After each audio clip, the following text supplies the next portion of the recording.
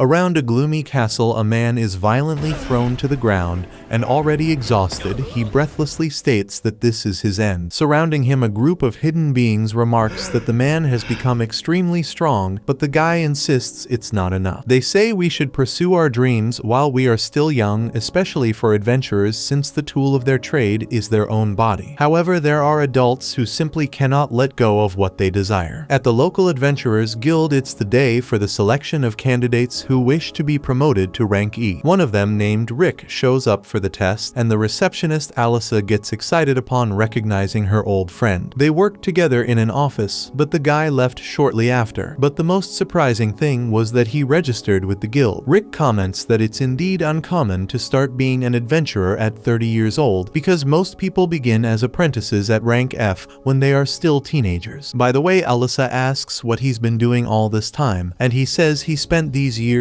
training in the mountains with some more experienced companions. Suddenly, a drunk interrupts the conversation and asks if the pretty girl there is free to hang out, to which she awkwardly replies that she's working. The drunk continues to insist, to the point of grabbing her wrist and saying that women should obey men. To resolve the situation, Rick wraps his arm around the guy's shoulder and gives a light slap to his stomach. The man trembles due to the excess alcohol and faints. Finding it amusing, Alyssa hands the guy the card for the rank E test. Upon reading the registration number 79, he starts the day already feeling nervous. Outside, a woman named Rionette asks Rick if he has already registered, and he says after raising his eyes a bit more that he's set to take the test alongside those radiant and voluminous youngsters. Rionette asks if that's a reason to look at her front, but the guy pretends she's imagining things. Inside, the guild adventurers notice the handprint on the drunk's steel armor, while authorities approach and recognize Gomold the Wild Knight, a former rank A adventurer wanted for assault. Alyssa reflects on how Rick handled the guy and wonders if it was he who caused it. Later, during the medical exam for the selection, the evaluators measure the height of candidate number 79 and are surprised to note that the man is already 32 years old, leaving Rick embarrassed as always. Next, it's time for the measurement of magical energy by touching the sphere. When the third candidate discovers it is C+, everyone around is impressed until Rick is called. After some anticipation, the sphere makes a pathetic crackling sound and evaluates the adventurer as F, causing the surrounding candidates to laugh, having never seen someone with such low magical energy. Curiously, after Rick's departure, the sphere cracks. Then begins the brute strength test, where the candidates must direct all their strength in a single blow. The slime sack absorbs any type of attack, so people don't need to hold back. Upon hearing this, Rick remembers the mountain training where his tutor taught that no matter the magic or weapon you are using, the body will always be the foundation of everything. Therefore, if a man can destroy this golden slime sack with his bare hands, he will know he has built a body he can trust. Rick argues that he is not capable of destroying something so resistant, but the instructor explains that this is just the basics, then easily destroys the sack and claims to be able to do it with 200 of these at once. With that said, Rick began his training on the golden slime with 50,000 punches a day, feeling the hell of that time on his skin. Soon the test begins, and the first candidate impresses by using strengthening magic in a kick. The second was a smug and vain duke's son, said to be only 11 years old, with magic equivalent to rank C, a typical child prodigy. So the boy goes on to conjure a magic by reciting an entire poem. With great energy emanating around his body, he casts the third nature composite magic flame elimination. Thus, a ridiculous fireball zigzags towards the sack and dissipates into it. The evaluator is impressed with the young man's genius, while Rick remembers that he also had lessons in third nature composite heat magic. At the time, the instructor threw a fireball capable of ruining an entire mountain. After other candidates have their turn, candidate number 79 is called for the test. Before starting, one of the evaluators notes that Rick cannot expect much growth in his magic at this age because the correct thing is to start practicing from a young age. The evaluator's conclusion is that Rick should give up. Feeling the pressure of the surrounding gazes, he knows he should do exactly that, but still his internal flame burns brighter than ever. One day, while training punches on the slime sack despite his fists bleeding absurdly, he still had 30,000 punches to meet the day's goal, so the teacher recommended that he stop, but he continued until the end. In the end, he knows well that he started much later than the others, but his belief that he can make up for lost time is greater than anything. With this sentiment, he delivers a punch that devastates the slime sack. The brat duke's son grumbles that the guy is stealing the attention that should be his, but he assures he will get back at him in the defensive magic test, which is his specialty. Later in the defensive magic test, Rick manages to defend against a fourth nature composite magic that the kid couldn't, and by this point, everyone was gaping at candidate number 79. With that done, the evaluator announces that he will raise the level and use the fifth nature composite. However, the guy explains that he can only go up to the first nature composite,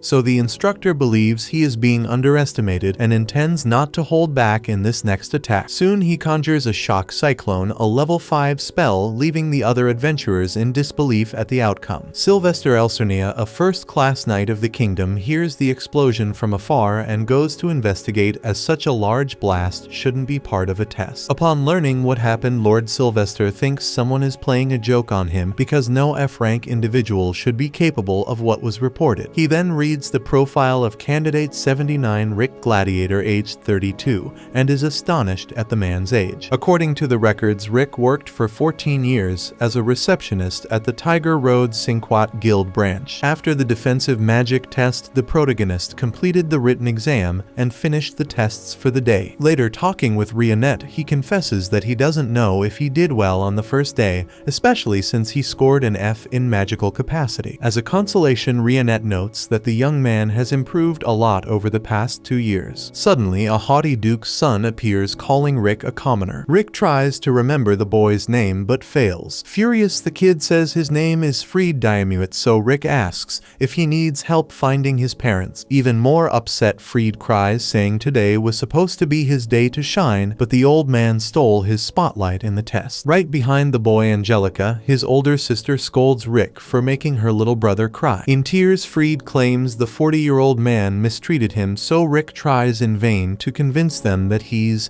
in his early 30s. Ignoring everything, Angelica challenges the man to a duel, throwing a glove at his chest. He picks it up and says that while a noble's daughter might not know doing laundry is hard work. As he picks the glove off the ground, Rionette informs him that this gesture symbolizes accepting the duel, leaving the poor guy with no way out. Without delay, Angelica Diamuit, a second-class knight of the kingdom's knights, drags the opponent to the arena to punish the supposedly 40-year-old rascal, as she puts it. Following Philheim tradition, Angelica proposes that the loser must serve the winner until death. Amidst this, Rick asks what the level of the challenger might be, and Rionette believes that a second-class knight of the kingdom is probably rank B, so she asks the young man to go easy on her. Confused, Rick reminds her that he's the rank F in this story. To reassure him, the woman asks him to remember what he trained for in the past years, but the memories make him even more anxious. As a last resort, Rionette reminds the man that he's part of the Orichalcum Fist, the group that prides itself on being the strongest on the continent. With that said, Rick Gladiator stands up again and heads towards the challenger. Full of herself, Angelica claims she'll go easy on the rookie, drawing her sword and casting a spell. Rick analyzes that she's the type of swordsman who strengthens the body and weapons, but she doesn't give him time to delve deeper into his study, using her instant step ability to pass by him with impressive speed, making him hear the blade close to his ear. She claims to have given a warning strike, but even reducing her speed, the rank F couldn't dodge. Laughing at the old man, Fried reveals that his sister is so fast she's known throughout the kingdom as Angelica the Flash. Then she warns that this time she won't miss on purpose and attacks again with instant step. Ironically, as the attacker approached, Rick noticed that she's extremely slow, easily dodging her without any effort. Jaw-dropping, Angelica thought that only a few first-class knights could react in time to this kind of attack, but believes it was pure luck, so she charges at the opponent again. Once more, Rick can't understand how this woman can be so slow with a nickname like that, considering she must be just a rich daddy's girl who became a knight because of her wealthy father. Suddenly, she trips over a stone on the way, spinning through the air until she plants her sword into the wall with force. Not having anticipated her attack, Rick thinks that ability is incredible, putting his tail between his legs again, not knowing she nearly tripped and lost her momentum. Angelica doesn't want to lose her composure either, so she pretends she spun on purpose. Next, she announces she'll use an ultimate level instant step, a move that impacts her body so much she can only use it 3 times. Rick acknowledges that she's much faster now, yet still seems like a turtle with a cramp. Despite the failure of this attack, Angelica insists on the same tactic and repeats the move, leaving only one more chance with this ability. Persistently, she maintains the strategy until she trips over another stone along the way. Afraid he won't be able to react in time to this change, of course, Rick strikes the ground, isolating the opponent and creating a crater in the soil. Unable to believe what's happening, Angelica asks who this guy is, and he responds that he quit his job a few years ago to try becoming an adventurer, but he will give his all to pursue this career. With that, to the rookie's surprise, the knight surrenders, using the excuse that she'll let this one slide because he managed to avoid her attacks. Not being a fool, Rick Gladiator asks about the agreement that the loser would become the servant, and Angelica uses the greatest speed ever recorded by her to flee the scene. After the victory, Rionette informs Rick that Brufston and the others are coming to the kingdom at this moment to see how he's doing, and Rick has only bad premonitions about it. In the next scene, the legend of the warrior who faced the supreme monster Kaiser Alcipiat to conquer a treasure capable of granting any wish called the Akashic Records is told. However, this warrior never managed to defeat that mythical creature, and only some child who dreams of being an adventurer will someday obtain this treasure. This is what the legendary warrior believes. Back in the current kingdom of Philheim, the results of the preliminary tests for rank E are about to be announced, and if the magical energy transmitted to each exam card is blue, then that candidate has passed. Tomorrow, all the approved candidates will participate in a simulated battle in the second stage of the exam. Next to Rionette, Rick Gladiator is tense as another failure could mean his definitive withdrawal, given that he is already past the usual age for this. Soon his card begins to glow and fluctuates from blue to red before finally confirming his approval. Upon leaving the room, Rick smells something awful until a young charmer throws his charm at the beautiful maiden in the room, according to his words. He emphasizes that the noble house of Diamuit governs the people from north to south, and he is the eldest son, Raster Diamuit. The nobleman asks the maiden's name, and she responds that she is Rionette Urfeld. Rick also introduces himself, but the nobleman makes it clear that he doesn't care about a middle-aged, lackluster fool. Raster then turns his attention back to the elf and says he lost his heart in the depths of her eyes, so he would like to take her to the northern lands to make her his second wife. As the young man was rubbing the elf's hand, Rick decided to interfere to prevent things from going south for him, so he says that he is the lady's boyfriend and cannot allow such flirtation in front of him. Not believing him, Raster despises Rick's rank F card, to which the protagonist retorts that the nobleman is also no longer a kid to be taking the rank E exam. However, this was the perfect cue for the heir to boast that he passed this level at only 14 years old. In fact, he belongs to rank M and is the examiner of the simulated battle. Full of himself, he shows his credentials and advises Rionette to leave this loser and dine with a real adventurer. The elf laments disappointing the nobleman, but as can be seen, she is in the company of this gentleman. Additionally, she comments that the smell of Raster's cologne is so strong that it causes discomfort. Outraged, the heir of House Diamuit calls Rick a fifth-rate trash and tells him to prepare for the simulated battle, as there he will show the difference between them and knock some sense into the elf's head. After Raster leaves, Rick takes the opportunity to apologize to Rionette for saying she is his girlfriend, but she confesses that the story made her happy, and besides, it resolved the problem. Back at his palace, the heir drowns his sorrows in drink while cursing that guy's life. Suddenly, his brothers come to him in tears, complaining that a 30-year-old commoner made fun of them during the first test. According to the eldest, no one is allowed to make 2 members of House Diamuit cry, so he promises to make the criminal pay. Given that they said the man was older, Rick comes to Raster's mind, who asks his brothers if they remember the man's registration number. Freed only recalls that the number seemed to say the guy was going to die, so the heir laughs upon discovering who it is. A few days later, the time for the simulated battle had arrived, and Rionette asks Rick to go easy on people. He replies that he isn't even capable of going hard, unlike that northern playboy who will end him in this test. Certain that he would be beaten, the young man begins to cry until a man in front of him introduces himself as Lynx Lorot and states that he will be Gladiator's examiner in the battle. As he he will be responsible for numbers 50 to 100. With that said, Rick celebrates upon realizing that his registration number 79 wasn't as unlucky as he thought. As if that weren't enough, Lynx praises the candidate, saying that the fact he is 30 years old and quit his job to become an adventurer has restored hope for the man who one day wants to be like Rick. Lynx started as an adventurer at 24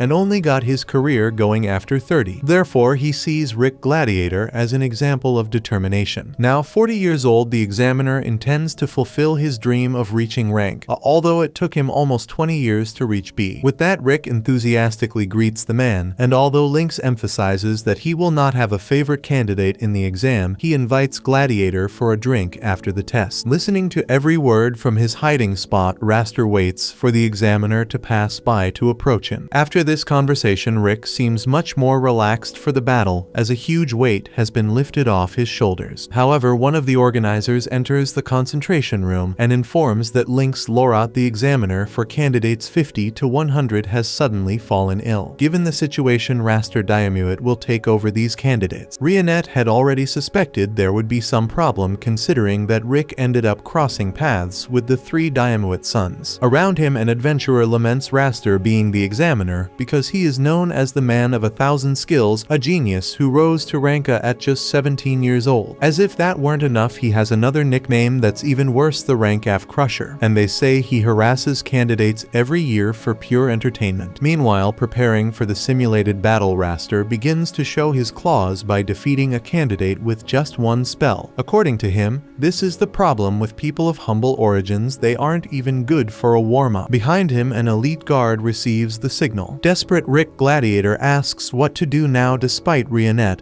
not understanding the reason for all the drama. The man remembers that the examiner is a rank A who hates him, not to mention all the people who always said he would fail. So Rionette responds that since other people's words can give or take away the confidence of those who hear them, she says that Rick is a strong man capable of passing the test and defeating the playboy with the spoiled perfume. Ever since Rick decided to become an adventurer, all he's done is succeed. Hearing these words, he feels more motivated to continue his journey without much regret. That is until a hooded kid approaches him and asks to read his fortune for free, saying he saw in Rick a man fighting his own demons who needs some clairvoyance. With nothing better to do, the protagonist accepts the challenge and sits in the chair. As he does, he falls into a magical trap and vanishes. The kid then removes his hood, revealing himself to be freed Diamuit. Rionette, furious, cuts the kid's crystal ball in half, blows up the wall behind him in the process, and grabs Freed by the collar to find out where the adventurer has been sent. When he refuses to cooperate, she cuts half of his eyelashes and warns that next time it will be his eyes. Freed panics and admits it's a teleportation spell that reaches 90 yards, meaning the old man isn't far. Rick ends up behind the test area, where he's greeted by an elite guard and his cronies. Realizing this, the Rank F adventurer discovers he is indeed being sabotaged by the Diamuit family. The strength of the men surrounding him is equivalent to Rank B, meaning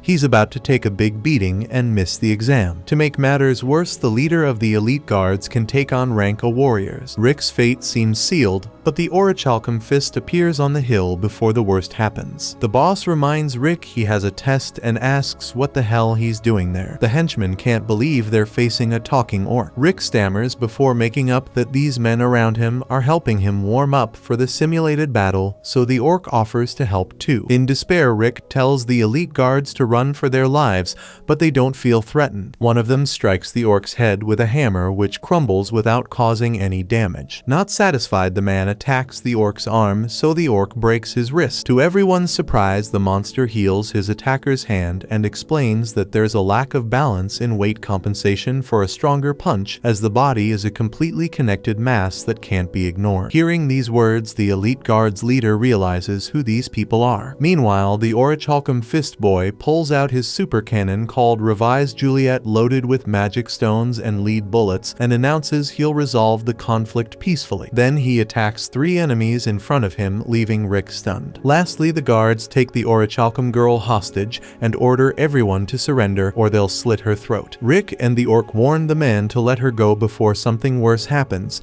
and the girl asks her friends what the guy behind her is doing. Rick explains to Alysaret that the man is just trying to play, so she asks what kind of game it is. The guard, losing patience, punches her to keep her quiet, which awakens the child's fury, destroying everything around her with 7th nature composite magic. The guard's leader bows his head and explains that this girl is only 10 years old but is the most powerful vampire mage. After all, she's the demon child of devastation, Alysaret Drakwell. As for the other member, who looks like a boy, his appearance is deceiving. He's a half-elf, half-dwarf, over 50 years old, with techniques a millennium ahead of his time, being the greatest weaponsmith in the world. His name is Mizet Eldwarf, known as the Millennial Workshop. Lastly, the orc possesses unparalleled physical strength, and his intelligence is equally impressive. Able to use all existing support spells, this is Brufston, a Shork the Wise Beast. According to the guard leader, the 3 are rank S adventurers and make up the continent's most legendary group, the legendary Orichalcum Fist. For the first time in his life, the old man saw these 3 with his own eyes, so he drops his weapons and declares he will retire to live the rest of his life in peace. With that said, Alysaret annihilates the remaining guards, while Rick celebrates his chance to take the test. Back with Rionette, the adventurer surprises Freed, who thought the old man was as good as dead, and the elf gets rid of him ruthlessly. Then Lynx appears injured and reports that Raster did this to him. As if that weren't enough, before giving the examiner a beating, the heir asked what his dream was. Coming from humble beginnings, Lynx came from a place where kids want to be adventurers but have no opportunities, so his dream is to open a school for them. Hearing this, Raster locked Lynx up and scorned his attempt to educate society's scum, saying a third-rate teacher will produce students just as rotten. Lynx was furious at this insult, but couldn't respond to the noble. Thinking about this, the examiner asks Rick to give up the exam, not knowing what he's getting into, but Rick has no intention of giving up. Returning to the arena, Raster sees one of his guards fall unconscious, so he deduces that Rick Gladiator is on his way. The noble would love to crush that man's dreams without even allowing him to try, but since he'll have the displeasure of a direct clash, he wonders if he can make rank F suffer in another way, like making hell seem like a playground for that guy. While waiting for that moment to arrive, the noble entertains himself by setting fire to the poor souls during the preparation for the grand event. Amidst all this, Adolf observed the training, not expecting much from a rank A. By breaking the 4th wall, he directly teaches us that the 4 great fundamentals of every adventurer are physical strength, body control, mana quantity, and magical control. Together, these stats dictate the power of the person who possesses them. Arnold has the innate ability to visualize the scores of these fundamentals in other people. To prove his point, he compares the status difference between one of the event participants and Raster, who has such an overwhelming amount of mana that it even hurts the young man's eyes. Looking around with his impaired vision, he sees Rick and can't understand what an old man is doing in a test for kids. However, upon analyzing the stats of the man, Arnold's eyes burn more than ever. Upon arriving at the arena, Rionette is approached by the Adventurers Guild receptionist Alice Granger, who tries to strike up a conversation with the elf for some reason. In a corner of the bleachers, Alysaret calls her friend to watch the event near the Orichalcum Fist. Alice is dumbfounded to see an orc in the arena, while Rionette refuses Mizet's proposal to sit near him to avoid being a victim of the elf dwarf's hand. Since it didn't work out with his friend, he tries his luck with Rick Gladiator's former co-worker, as she has a pleasant and swaying heart. The elf warns that the guy is not to be trusted, then pushes the human to another corner. Brufston asks how the promising rookie of their group is doing, and Rionette informs that Rick will pass this test without major problems. Alice warns that the examiner for this test is a rank A who always overdoes it when dealing with rookies, but even so, the orc doesn't think it's a problem. On the other side of the arena, Angelica eggs her brother on to beat up that idiot who looks 40 until she sees her youngest getting beaten up and arriving beside her. Facing Rick Gladiator, Raster confesses that he was surprised to see the rookie escape his guards, but he didn't expect much from insignificant plebeians like them. Now the old man will face the creme de la creme of the kingdom of Philheim, the self-proclaimed genius Raster Diarmuid. After feeling something strange in his body, Rick questions why the noble became an adventurer, and he responds that he has the talent for it, and that it further boosts boosts his status even though he is an heir. Indignant at the opponent's lack of honor, Rick asserts that he won't allow himself to be defeated by a guy like this. Raster warns that talk is cheap and proves his point by invoking a first nature composite magic, the ice shot. Throwing the icy spear near the protagonist's face, Raster thinks the guy froze in fear and couldn't dodge, but in reality Rick was just staying calm in the face of the challenge, just as Rionette asked him to do before entering the fight. Being honest with himself, he is worried, but is striving to follow the elf's directive. On the other hand, since Rick didn't react, the noble claims he will do as he pleases. Around him, his siblings shout for the eldest to finish off the guy, so Raster invokes a third nature composite magic, the illuminated flame, leaving Rick surprised that the opponent didn't use an incantation for a spell of that level. Despite the roar of the flames, Gladiator remains static in the face of the fire magic. Brufston comments that it was so insignificant that it can't even be classified as an attack against his pupil. Seeing Alice worried, he asks if she knows what the 4 fundamentals are, and she accurately names them all. Brufston explains that among them the mana quantity should be developed when young, roughly until the age of 20. Since Rick started this life at 30, the only thing he can rely on is his own body. For this reason, the orc applied specific training to the student aiming at this characteristic, placing weights for him to walk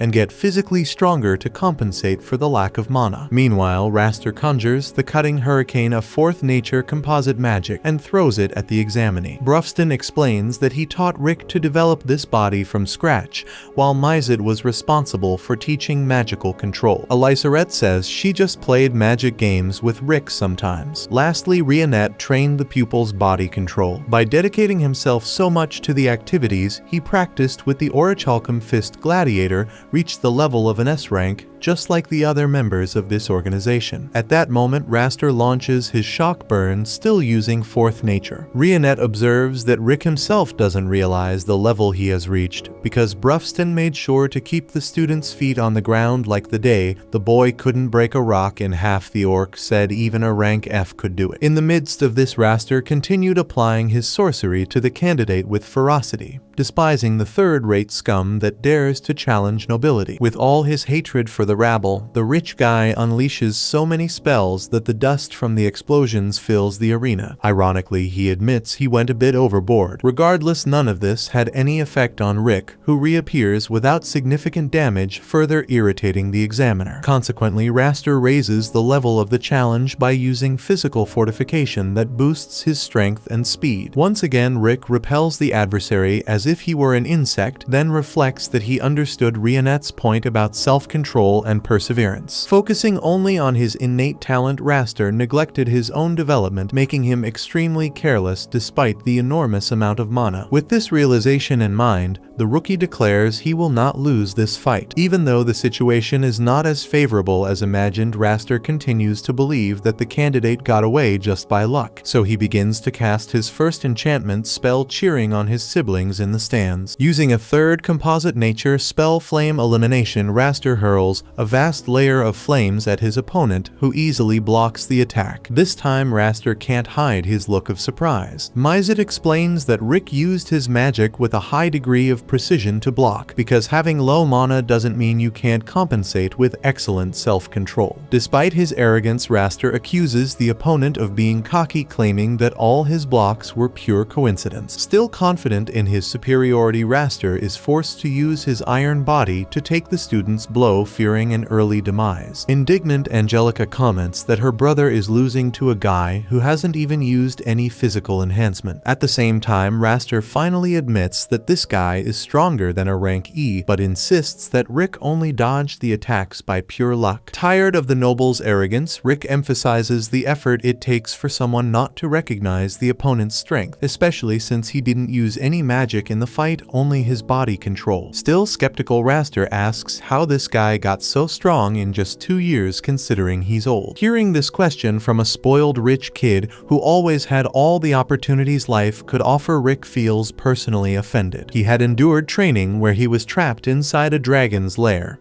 until the creature was dead and swam in monster capture fluid until he drowned. Alice asks what this story is about, and Brufston confirms that the guy not only drowned, but also died a few other times. However, the orc's healing ability is powerful enough to bring someone back to life if they've just died. This is one reason why Rick is so powerful. After all, he could come back from the dead to continue his body reconstruction training, a regimen not just anyone could undertake. Whether thrown into a precipice or hit by a city-sized rock, Rick could come back to life and continue his training. Raster claims this is all lies because even if such a harsh realm existed, Rick would never have the motivation to go through with it. On the other hand, the novice adventurer asserts that he is just like Lynx, the examiner Raster injured. Despite their age, both still dream big. Disregarding the usual talk about having dreams, the noble questions what the goal is, to which Rick firmly states that he will defeat the world's strongest monster, Kaiser Alcipiat. Freed laughs at this, and his older brother follows suit. Alice remembers that this monster appears in the legend of hero Yamato, and Brufston adds that Kaiser is the final goal of the Orichalcum Fist. Raster says this is a childish dream, a fairy tale that never existed, but Rick no longer has patience for the noble's arrogance and ignores him. Faced with this, Raster promises to end the fight once and for all. He invokes a 7th composite nature spell called Forest Rope, which restrains Rick's movement. Then he recites his most powerful ability of the 8th nature. As a result, a gigantic wooden golem is created, terrifying the event's spectators. Inside the monster's mouth, Raster mocks the adversary's reaction, who was summoning an air shot. However, as he emphasizes, Rick points out that his opponent may have trained the technique he's using dozens of times, but he trained this simpler technique 100 million times. Everyone around thinks this is a lie, but Brufston explains that it's possible with the use of space-time magic. Anyway, Raster still doesn't believe all this talk and completes the conjuration of his most powerful spell, the Divine Impact Yggdrasil. On the other side, Rick uses the simple air shot of the 1st composite nature to confront the golem. Fist to fist, they measure strength, but it's the giant golem that suffers the most, its structure gradually breaking apart until it explodes from the immense pressure from the opposite side. With that done, Raster falls defeated to the ground, and Rick proudly declares that his dream remains intact. After the victory, the Orichalcum Fist praises the pupil's performance, who finally understands that he has indeed become extremely powerful, something he didn't know until then. On the defeated side, Raster is consoled by his siblings until he appears before the Orichalcum Fist. Rick takes the opportunity to mock him, saying that an elite genius was crushed by a lowly commoner. Freed threatens to grumble, but Angelica tells him to stay put. Then Rick adds that he chose a few techniques to practice exhaustively instead of hundreds of useless powers, advising the noble to train a limited number of spells. Unconvinced, Raster warns the student that he will be his examiner in the next promotion test, and when that happens, he will crush the candidate. Finally, he continues to refer to Rick as third-rate and tells him to prepare for what's to come. Freed and Angelica run after their injured brother,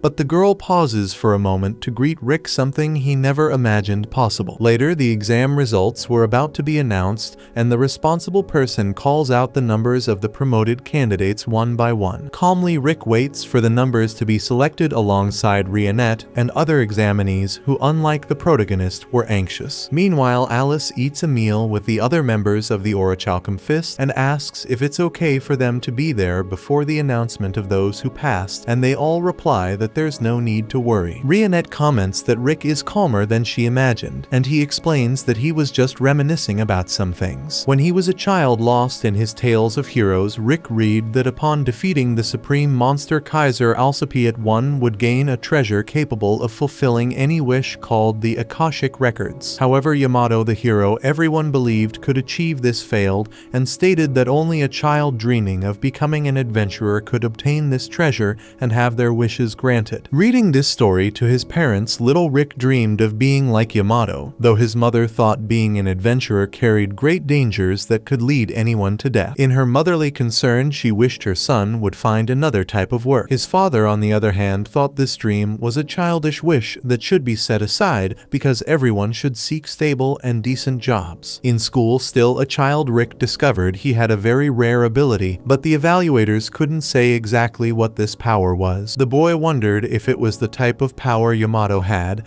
and the evaluator replied that it was something like that. Just this statement was was enough to make the boy's eyes shine with enthusiasm, but the evaluator emphasized that this power wouldn't manifest through training, but with time. Therefore, the boy had to be patient. On his way home, Rick could already see himself on par with the great Yamato, and he hoped that when this ability manifested, he could tell his parents and convince them that he had the talent to fulfill his dream of becoming an adventurer. In the following days, after telling his closest school friends about this hidden power, everyone eagerly awaited when Rick would awaken his true potential. Showing the typical impatience of a child, his friends would ask day after day if this power had appeared, and with a hopeful smile, Rick would say they just had to wait. A year later, his friends were still questioning him about this matter, so Rick now, with less joy in his eyes, considered that perhaps the power wouldn't reveal itself until he became an adult. Despite the evaluator saying it was an innate power that would come without training, the boy started to push himself, trying somehow to express this much talked about ability. Years later, already in his adolescence, the situation remained the same. His friends advised that there are cases where a person, no matter how much talent they have within them, sometimes never manages to manifest it. They asked why Rick didn't become an adventurer in the meantime, since many people who choose this profession aren't necessarily strong, but still manage to make good money. However, for Rick, being an adventurer didn't mean making money. In any case, being his age, he needed to find jobs to help at home, so he got a job as a receptionist at a guild called Tiger Road, making his parents proud. The following days were an adaptation to the new job, where the young man worked hard to fit in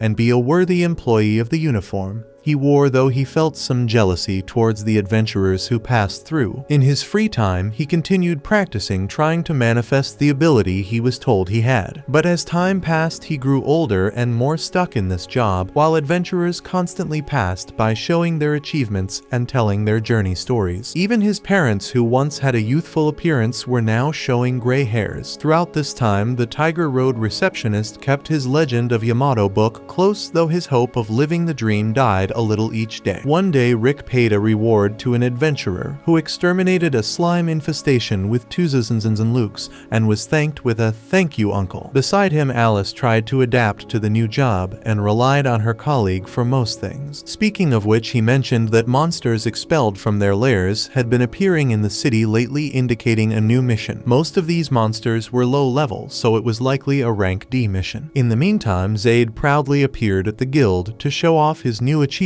a rank B medal, meaning he could now make a living solely as an adventurer. Impressed, Rick congratulated his friend, though his voice carried a hint of sorrow. On the way home, the man admitted his frustration at seeing Zaid evolving more and more, while he himself sat in the same chair for 14 years doing the same job as always. At least he had a stable income, which was his parents' wish, but it didn't satisfy his need to do something more. In the midst of this reflection, Rick heard a girl's screams, so he ran to see what was happening. Along the way, a gigantic troll emerged from behind a house, a mid-level monster that didn't usually appear in that place. Suddenly, an elf passed by the monster, so Rick stepped in front to protect her. Seeing that the boy was full of fear, she told him to get out of the way and sliced the troll into pieces effortlessly. She then thanked the human for trying to save her, but made it clear he didn't need to worry because she was an adventurer. As the elf spoke, the moon appeared through the clouds and shone intensely, illuminating the imposing figure of Rionette Elfelt. Walking alongside the elf, the two introduced themselves, and Rick thanked her for the help, also asking if her rank was B, as he had seen her unusual strength. When Rionette said no, the man was startled to imagine he was in the presence of a rank A adventurer, but she wasn't part of that category either. In fact, showing her medal, Rionette proved to be rank S. At this moment, Rick almost went crazy because adventurers of this level were removed from the guild's records for being too strong, and they could only be supervised by the main office. Having met someone of such a legendary degree, Rick asked if he could ask a strange question, but requested the elf not to laugh. In her defense, she argued she hadn't laughed since she was 8. So Rick proudly declares that his dream is to become an adventurer and defeat Kaiser Alcipiade, and that he has an innate ability that has never manifested. He wants to know if he can reach rank S, even though he's starting the profession at 30 years old. Rionette points out that the boy has courage, knowledge which is essential for this field, but she reminds him that mana development happens when one is young, which isn't his case. Therefore, she dismisses any possibility of Rick Gladiator succeeding in this profession. Pretending to be okay, Rick feels confused and thanks the elf for freeing him from this youthful dream, but at least he met such a wonderful person whom he would love to go out with any day to eat something. Even though he said it impulsively, Rionette accepts the invitation and arranges to go out with the human the next day. Back at work, the guy was pure motivation with his mood through the roof. Zaid comes asking for his first rank B job, and Rick hands it over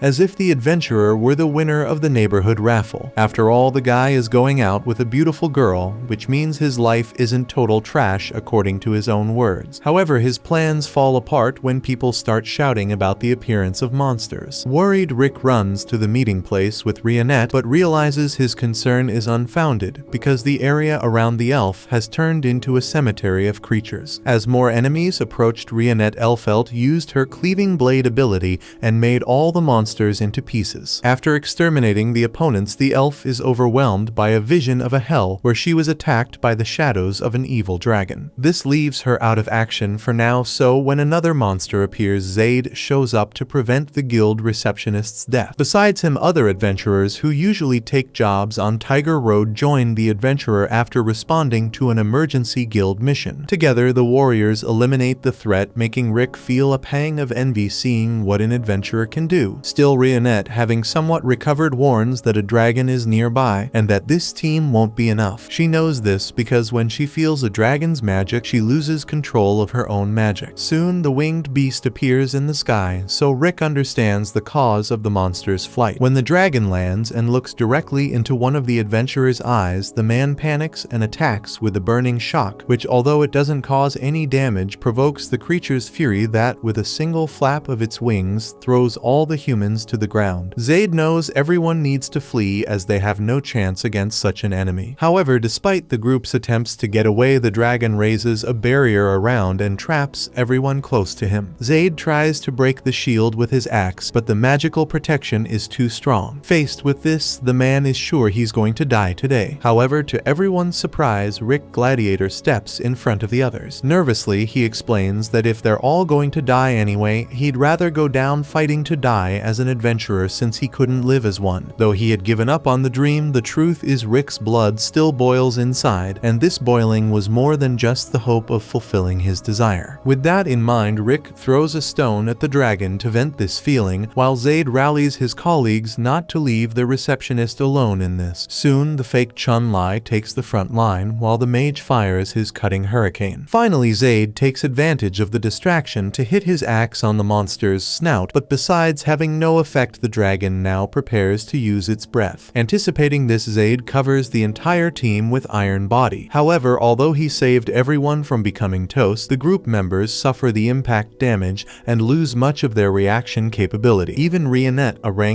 knows she can't fight this opponent. Suddenly, re-emerging from beneath the dragon's breath debris, Rick stands in front of everyone once again and approaches the monster until he gets stomped. While the group laments the man's supposed death, he receives the information that he has acquired a new ability. With that, he lifts the dragon's paw by sheer force and exudes such an absurd amount of mana that even Rionette is frightened. With this energetic aura around him, he manages to protect his body from the dragon's breath. To counterattack, Rick uses the awakening of raw courage and launches a ray that opens a gaping hole in the monster's body. After killing the enemy, he faints. A week later, he wakes up from a coma with tremendous pain, so Rionette explains that he practically died when his magical circuits were destroyed. The elf patiently waited for Rick to wake up to invite him to join the Orichalcum because their goal is the same as the humans, to defeat Kaiser Alcipiade. Since it was a legend few believed to be real, Rick widens his eyes at the certainty that it was always true. Besides that, the elf points out that Rick showed great talent and growth potential against the dragon, which could make him a great ally and above all an excellent adventurer. This was the first time Rick had heard this from someone else, so he can't contain his emotion. Back in the present moment, Gladiator hears his number being called on the loudspeaker. Officially promoted, he walks alongside Rionette and credits his achievement to his masters and himself, who never gave up on becoming an adventurer. Sometime later, the examiner Lynx Lorat sets out to meet the Orichalcum after receiving a map of their location from Gladiator. A few days ago, Lynx was recovering from the cowardly beating he took from Raster Diamuit to put him out of commission. The examiner would love to have a drink with Rick as soon as he's discharged, as they had planned before the exam. Besides, Lynx is very interested in meeting this group Rick hangs out with, so he asks for the meeting to be at their residence. Rick warns him first and foremost that the examiner should come with as much equipment as possible because the place is eerie. Following the adventurer's map, Lynx arrives at Arcust District number 13. There stood Castle Weeghale, which according to Lynx looked like the Demon Lord's castle. As he approaches, he feels intimidated by the massive entrance gate. Taking a while to notice, there's a much smaller door granting access to the interior. Upon ringing the doorbell to call the residents, the large gate opens and Rick welcomes the visitor. Inside the daunting wall, the place was wonderful and gave a unique sense of peace. No wonder, as no monster dares approach the domain of the Orichalcum Fist. Hearing this from Rick, Lynx questions why he had been asked to wear so much armor to enter if there are no threats around. The adventurer explains it's to keep his friend from ending up in a coffin. Soon they enter the house and are greeted by Rionette. Lynx feels honored by the presence of the elf who helped him so much during his rank promotion exam. Behind Rionette, a little girl waves at Rick, leaving Lynx puzzled about having a child in this peculiar environment. Nevertheless, he would love for his daughter to grow up as healthy and happy as this girl seems. That said, the child casts a 6th level spell on the visitor, simply saying kaboom, and Rick has to save the man's life at the last moment. Obviously, the adventurer scolds a Lycerette, something he's done 1,000 times before for the same reason, casting spells inside the castle. The vampire complains that Rick doesn't play with her anymore, as if it were his fault. Maintaining her composure, Rionette threatens to deduct from a Lycerette's food allowance to pay for house repairs, prompting the girl to throw herself at the elf's feet begging for mercy. Rick sighs and asks the visitor for a moment to give the child, affectionately nicknamed Alice by the residents, some attention. Rick knows the little rascal will cause trouble again if left alone. Meanwhile, Rionette makes Lynx feel at home,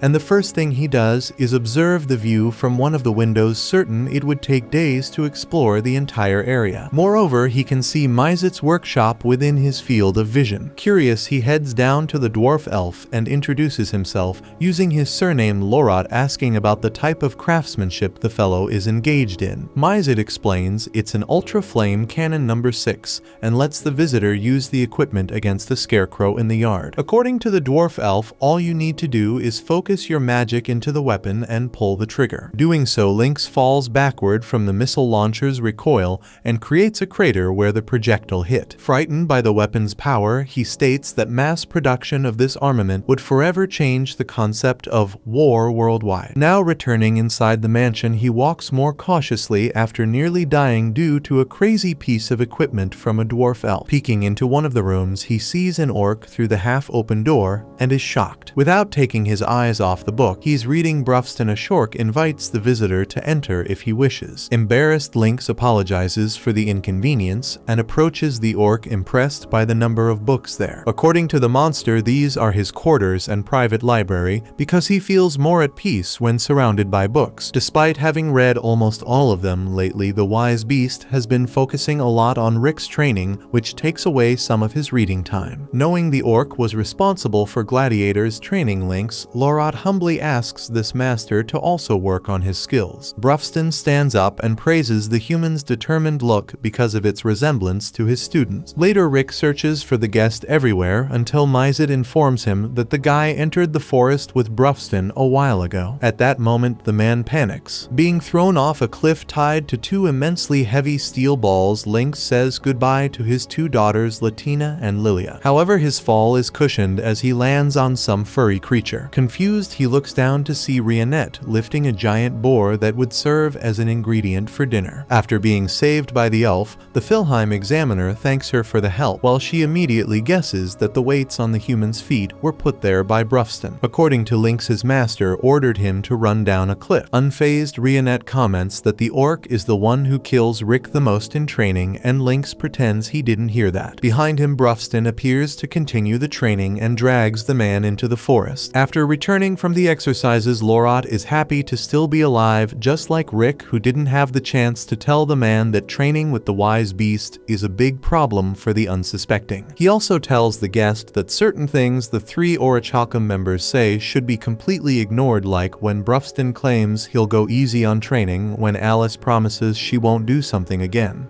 and when Mizet guarantees he'll take something seriously. Speaking of the devil, the three were planted in front of the human, complaining about his exaggeration. However, Rick stands firm and maintains his stance, trying to keep his guest alive. Mizet asserts that Rick's mistake was precisely inviting this guy for a tour of the mansion, leaving Lynx even more terrified. Later, Rionette serves tea to the two humans and informs them that dinner will be ready shortly. Noticing a vibe between Rick and the elf, Lynx asks his friend what's going on between them once she leaves. Rick thinks there's nothing special happening, especially since he's just a dull 30-year-old guy. However, Lynx points out that the age difference shouldn't matter much. For example, his wife is 20 years younger than him. Either way, he knows that nothing can be forced when it comes to love. At some point, if it's meant to be, their feelings will align and everything else will fall into place in the blink of an eye. A bit later, during dinner, Lorot expresses gratitude for the meal, and Rick insists that his guest eat plenty, something Alice has already done but still finds insufficient. Besides her, the other two Orichalcum members also want to eat or drink more, so Rionette gets up to serve everyone. Lynx tells Rick that this is the perfect time to offer to help the elf and strengthen their bond, so Rick rushes out to avoid missing the opportunity. Meanwhile, Lynx becomes curious about the gladiator's innate ability, and Brufston explains that Rick can't activate the ability on his own, depending on certain factors for it to happen. If the man controls the awakening of brute force, he will certainly be stronger than even the members of the Orichalcum Fist. After Rick returns, the orc takes the opportunity to ask their guest, who works at the Central, if he has heard of the 6 gems of the Yamato legend, because their goal is to defeat Kaiser Alcipiat. These 6 gems are magical stones that open the portal to the Spiral of Origin where Kaiser sleeps. However, these stones are only activated every 200 years, and at this part of the cycle they are already releasing an enormous amount of magic. That said, the Orichalcum members want to know any additional information about this. Lynx doesn't know but promises to check the confidential department to see if he finds anything. After this, Rick whispers to his friend that he didn't find any right moment to help his love interest because the woman is simply perfect in everything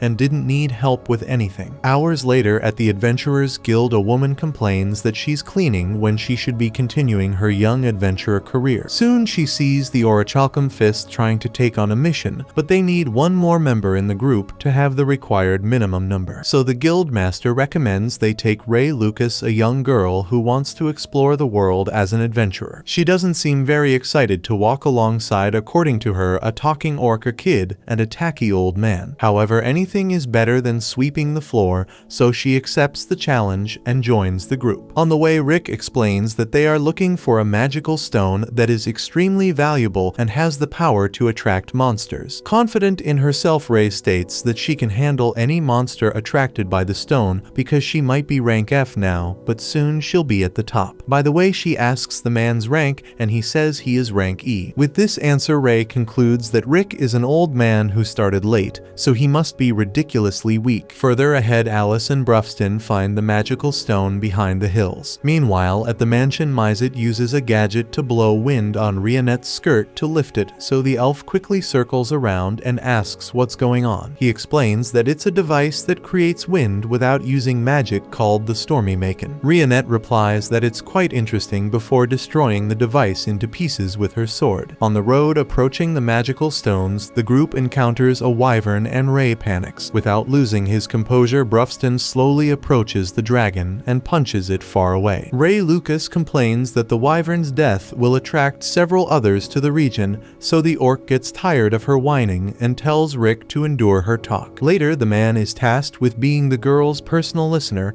until they see dozens of dragons being slaughtered ahead, where Brufston and Alice were killing each one of those winged beasts. However, a red wyvern and even stronger dragon race had circled around and landed in front of the two humans. As usual, Ray gives up on life and sits down, so Rick asks her to run. Not wanting to act like a coward, Ray changes her mind and decides to face the wyvern alongside her companions like Yamato would. Being a huge fan of the legendary adventurer, Rick accepts the proposal and asks the girl to provide support. With this, she prepares a first nature composite spell, but Rick jumps ahead and smashes the beast's head with one hand. The next day, upon returning to the guild, the girl is acting strange because of everything she witnessed yesterday, and the guild master understands why. The Orichalcum Fist is known for bringing trouble wherever they go, considering they are the most powerful rankist group on the continent. For this reason, the master believes that Ray Lucas should be content with activities that align with her limitations. However, Ray is motivated to reach the level of those adventurers and do amazing things like they do. Speaking of which, the Orichalcum displays one of the 6 gems, the Crimson Flower, on their table, after finding it at the bottom of the wyvern's nest. By using the magic resonance of this stone, they will be able to find the other gems. With this intent, Mizet uses his earth mapping ability, opening a map that points to Heractopia, a country known for its Colosseum, where combat arts make the fame of this nation. 400 years ago, this place was a small country mainly composed of desert. The 4th king, Alexander Heractopia, saw a settlement called Nucleopercy and built the Colosseum there. He held combat competitions, and King Alexander himself fought unarmed, using only his body, becoming an undefeated champion of 10,000 fights. As his fame spread across the continent, fighters from all corners challenged the king to break his invincibility, while Heractopia thrived as a kingdom of immense prestige and vigor in the face of these displays of strength. Nucleopercy, where the arena was located, became the capital of this reign. Alongside the Orichalcum Fist, Rick Gladiator stands before the enormous statue of the man known as Alexander, the King of Fists. Brufston would have loved to fight at least once with this mythical man, though Rick thinks such a duel might have brought about the end of the entire kingdom. Rionette observes that this type of combat as entertainment still thrives today as a central part of this place's tradition, which Rick understands since the occupation of a fighter in Heractopia is extremely common. They even have a special name for those who battle in these events. They are called pugilists. With that said, the group sets off in search of the jewel they came for. Despite being a city accustomed to brutes walking on every corner, one of the inhabitants is startled when a gigantic orc approaches him on the street. Rick just wanted some information, but the man runs away in fear. Figuring he won't make any progress there, Rick suggests they look for information about the 6 jewels at the town hall. However, the scream of a defenseless girl catches the group's attention, and they see a beast woman being harassed by a man. Brufston approaches to ask a question, but the man takes offense at the orc's presence, warning that he is a pugilist and therefore unafraid of trouble. Brufston doesn't seem intimidated and even comments that the bald guy doesn't look very strong, enraging the man further, who then challenges the orc to a fight in a nearby alley. In a matter of seconds, Brufston beats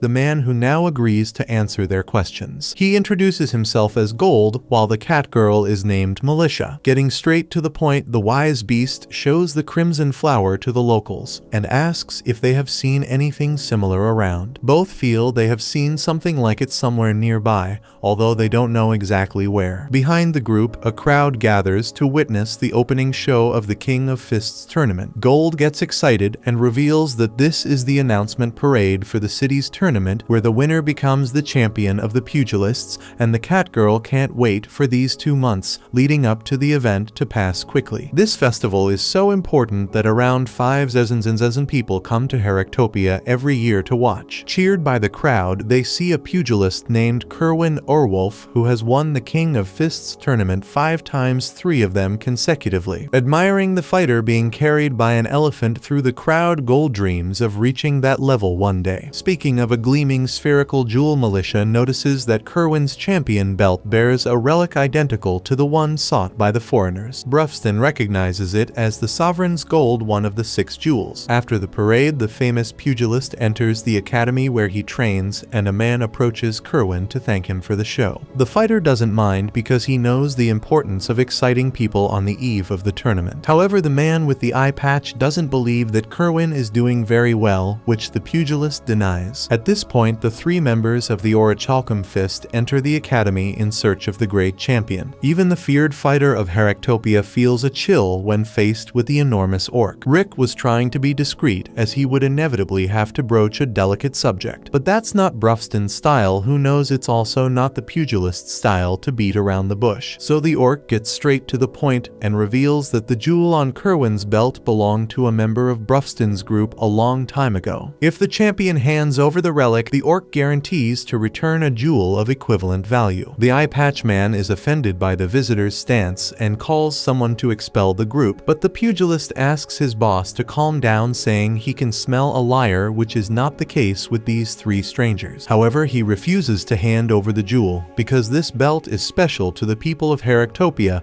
and is part of the pride of this country. In other words, the only way to access the belt is by winning the King of Fists tournament. Brufston understands the circumstances and apologizes for the inconvenience, while Rick questions if they're just going to leave it at that, following the leader of the Orichalcum Fist out of the academy. The eye patch man thinks they should teach these presumptuous foreigners a lesson, but Kerwin is sure the 2 would be dead if things came to a head against those 3. After all, the pugilist noticed the intimidating presence of the maid and is sure she possesses surprising abilities. As for the man, despite appearing normal, he seems to have trained his body to an extraordinary degree and has an aura that's hard to comprehend. Lastly, Kerwin knows that the orc carries absolute power within him. Outside, Brufston reveals the plan to become a pugilist to win the event and earn the belt. To enter the tournament, one must pass the preliminaries held in the east and west of the kingdom and progress through the rounds until winning the block, where everyone is also qualified. After that, the winners move on to the tournament's round of 16. Brufston leaves Rick with the Western League while he heads to the east, and to avoid getting lost in this unfamiliar place, the orc has arranged for a personal guide, a man named Gold. Then Rionette informs Rick that he needs to pass a test to earn the right to be a pugilist. She takes him to a simulated battle, where his opponent will be chosen randomly from the new competitors. Rick asks if his opponent is strong, and the organizer tells him it's a promising newcomer who won all the preliminary matches in the tournament. However, even if Rick loses, he can still qualify if he demonstrates a certain level of skill. Suddenly, Rick's rival introduces herself as Flash, and he immediately recognizes the voice. It was Angelica Diamuit, the spoiled noble he had defeated, causing all that trouble with the Diamuit family. However, it's Angelica who panics upon realizing her opponent is Rick Gladiator. In the audience, 2 old men watch the simulated battle alongside a few other men, as Angelica's beauty tends to attract male attention wherever she goes. Although she quickly gained fame for her meteoric rise through the preliminaries, one of the old men warns against underestimating the other newcomer, noting that upsets happen in the tournament from time to time. In the ring, Rick asks if her older brother is also in town, but she tells him she came alone, which eases his mind. On the other hand, Angelica is tense facing the man who defeated her without breaking a sweat. Even though she doesn't need to win to advance, she doesn't want to lose this fight. Soon her strength would be tested again as the organizer starts the test. Once again, Angelica doesn't perceive Rick as threatening, but she remembers how she underestimated him last time and vows to keep her guard up at all times. She tries to use her instant step ability, but ends up stumbling and failing, much to her surprise. Embarrassed, she stands up and tries again, only to discover she didn't trip after all. In reality, Rick was tripping her, somehow imperceptible to the eye. He asks if she enjoyed the skill he learned recently. According to him, this is the first of the 8 secrets of taking it easy, the leg sweep. It's a technique designed to demoralize the opponent by not letting them stay on their feet. Essentially, Rick was kicking her legs out from under her so quickly that even she, a second-class knight, couldn't see it. Trying to maintain her dignity, she attempts to keep her distance, but it's futile. As she backs away, she's swept off her feet again, landing awkwardly on the battlefield. As he continued to sweep her every time she stood up, Rick seemed to feel guilty about how easy the fight was and praised the difficulty of timing the sweeps given Flash Flash's incredible speed. He encourages her to stay in the fight, promising to go all out now, but Angelica raises her hands and surrenders immediately. Thus, Gladiator earns his permission to compete after sweeping a noblewoman 5 times. However, she doesn't take kindly to her new humiliation by someone she considers an old man. Rick corrects her again, explaining he's only in his early 30s. Angelica, now crying, asks how many times she has to be humiliated by him before he's satisfied. Rick hurriedly explains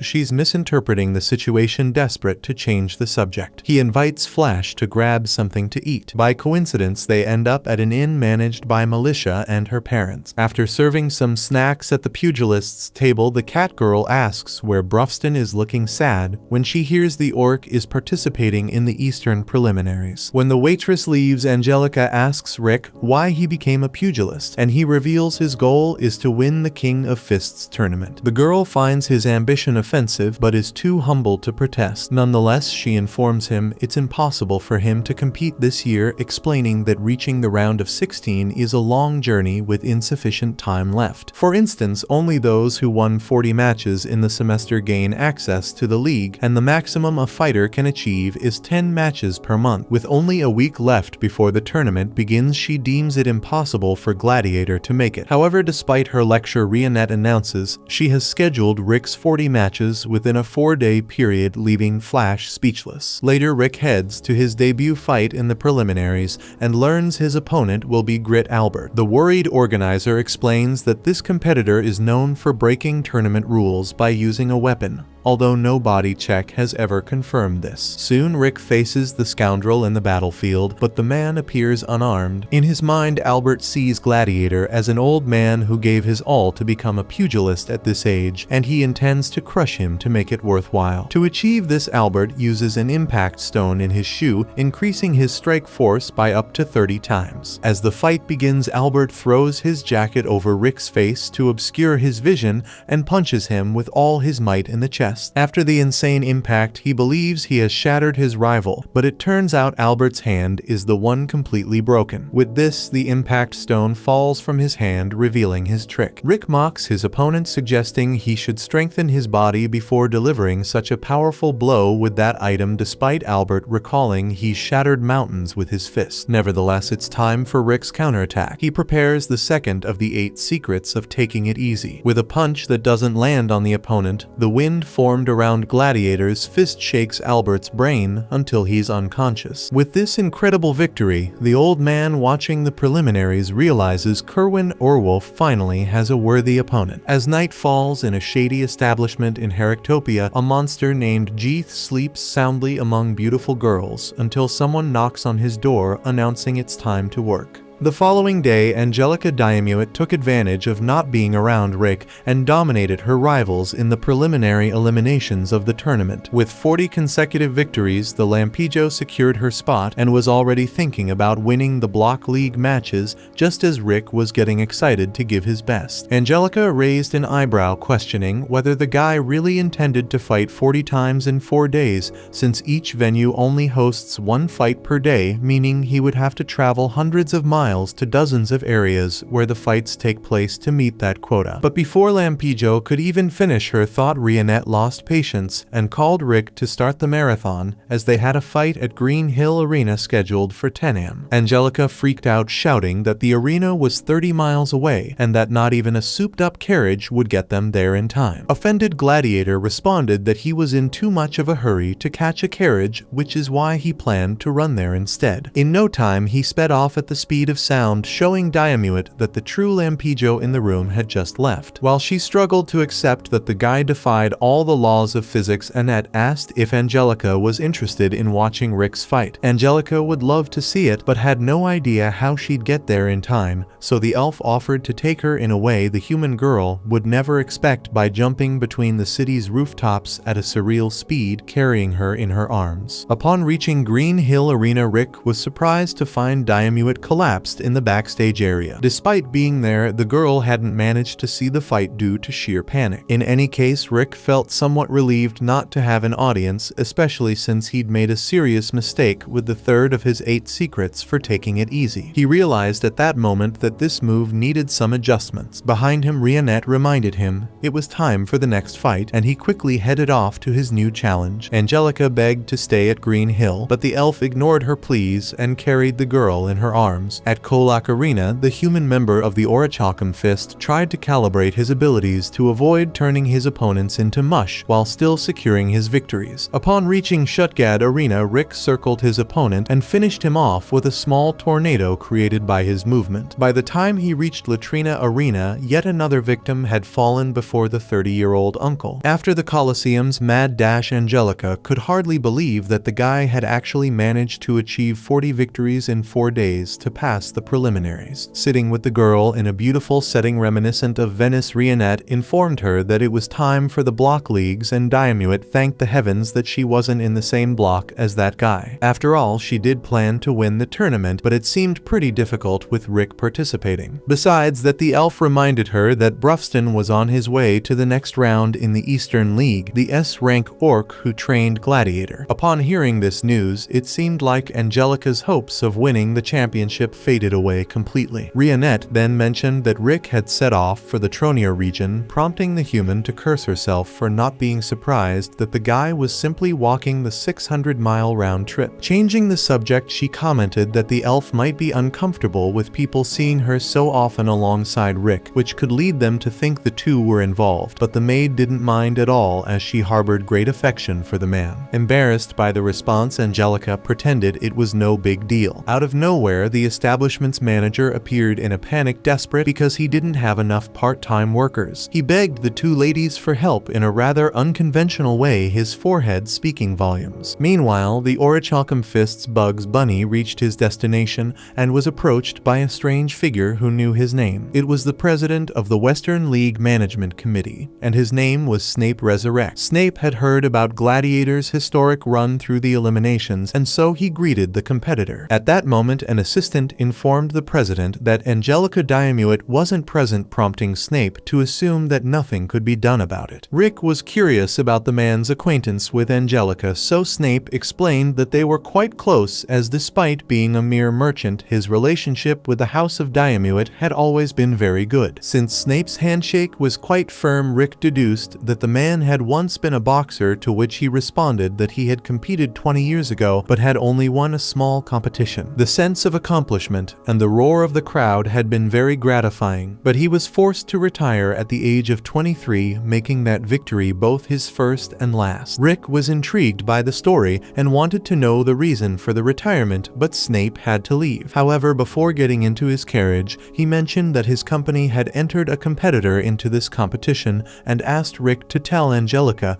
not to overdo it in the tournament. After that, Gladiator entered Militias, in where she expressed concern about the man having spoken with the owner of the Dragonaut Company. After all, Snape Resurrect might seem like a gentleman, but rumors indicated he had deep connections to the criminal underworld. Besides, he was the main sponsor of this year's competition. Rick mentioned that the businessman had entered a competitor in the tournament, so the Beast Girl explained that this competitor was there to fill the sponsor's slot, a spot reserved for the company that financed most of the event. Nearby, two guys were chatting about the high level of this year's bunny girls, especially the newcomer, the Dark Elf Girl. Speaking of which, Angelica gives her all alongside Rionette to play the role of the event's bunny girl. Enthusiastic Diamuit lifts everyone's spirits by taking bets on who the 7 competitors will be in the King of Fists tournament. A colleague remarks that Angelica was born for this job, which frustrates her since she's doing it against her will. Rionette chimes in saying she wishes the human had turned down the invitation, but Angelica couldn't bring herself to say no to a man with a bleeding forehead. Suddenly, a drunk man grabs a bunny girl's arm and chases her and her friend away, then heads over to Angelica to pester her. To make matters worse, he insults the girl, saying she doesn't even have a decent figure, so lightning decks the guy, leaving him on the ground. Rick arrives at that moment and asks what she's doing swing in that outfit. But then Rionette shows up dressed as a bunny girl too, catching the man's eye. Indignant, Angelica questions why his reaction is so different, all while smashing the drunk. As night falls, Kerwin Orwolf discusses with his master the crushing victory of Brufston in the Eastern League preliminaries, where the Orc won all 40 fights in just 2 days, each by knockout with a single blow. Despite this, Kerwin also recalls that Gladiator had a similar performance, so he's certain this year's championship will be great fun for him. Years ago, Orwolf's master followed a man through dirty, ruined streets of some city until they reached the gate of a structure. Inside, they saw the Beastman, who would become the celebrated champion of the King of Fists tournament, stacking defeated men all around the place. The master asks if they're in the presence of the voracious wolf, which Kerwin confirms, also wanting to know if the old man is from some gang looking to settle a score. But the master intends to recruit the fighter, inviting him to Heractopia, where he'll find wealth and glory. Faced with such an irresistible offer, Kerwin made an expression his master hadn't seen in a long time, one that was finally repeated when the Beastman discovered he had 2 worthy rivals in the competition. The next day, Rick and Rionette try to console Angelica after her stint as a bunny girl, but nothing they say seems to change Diamuit's furious demeanor. Gladiator then mentions he spoke with Snape Resurrect yesterday, but Angelica pretends not to know who that is. Later, the group heads to the venue where the next phase begins, where only one participant from each block qualifies for the final tournament. In the first fight of block A, Helen Thompson faces off against Angelica Diamuit. Angelica starts the match with her signature instant step, but her strong opponent seems to have sharp reflexes and blocks the attack. From the crowd, Rick comments that Diamuit seems tense, and Rionette agrees. Even so, with great effort, the young Lightning manages to defeat Thompson and advances to the next stage. When it's Rick's turn, he uses the third step of the 8 secrets to take it easy. As the hours pass, Gladiator and Angelica keep advancing, maintaining the same intensity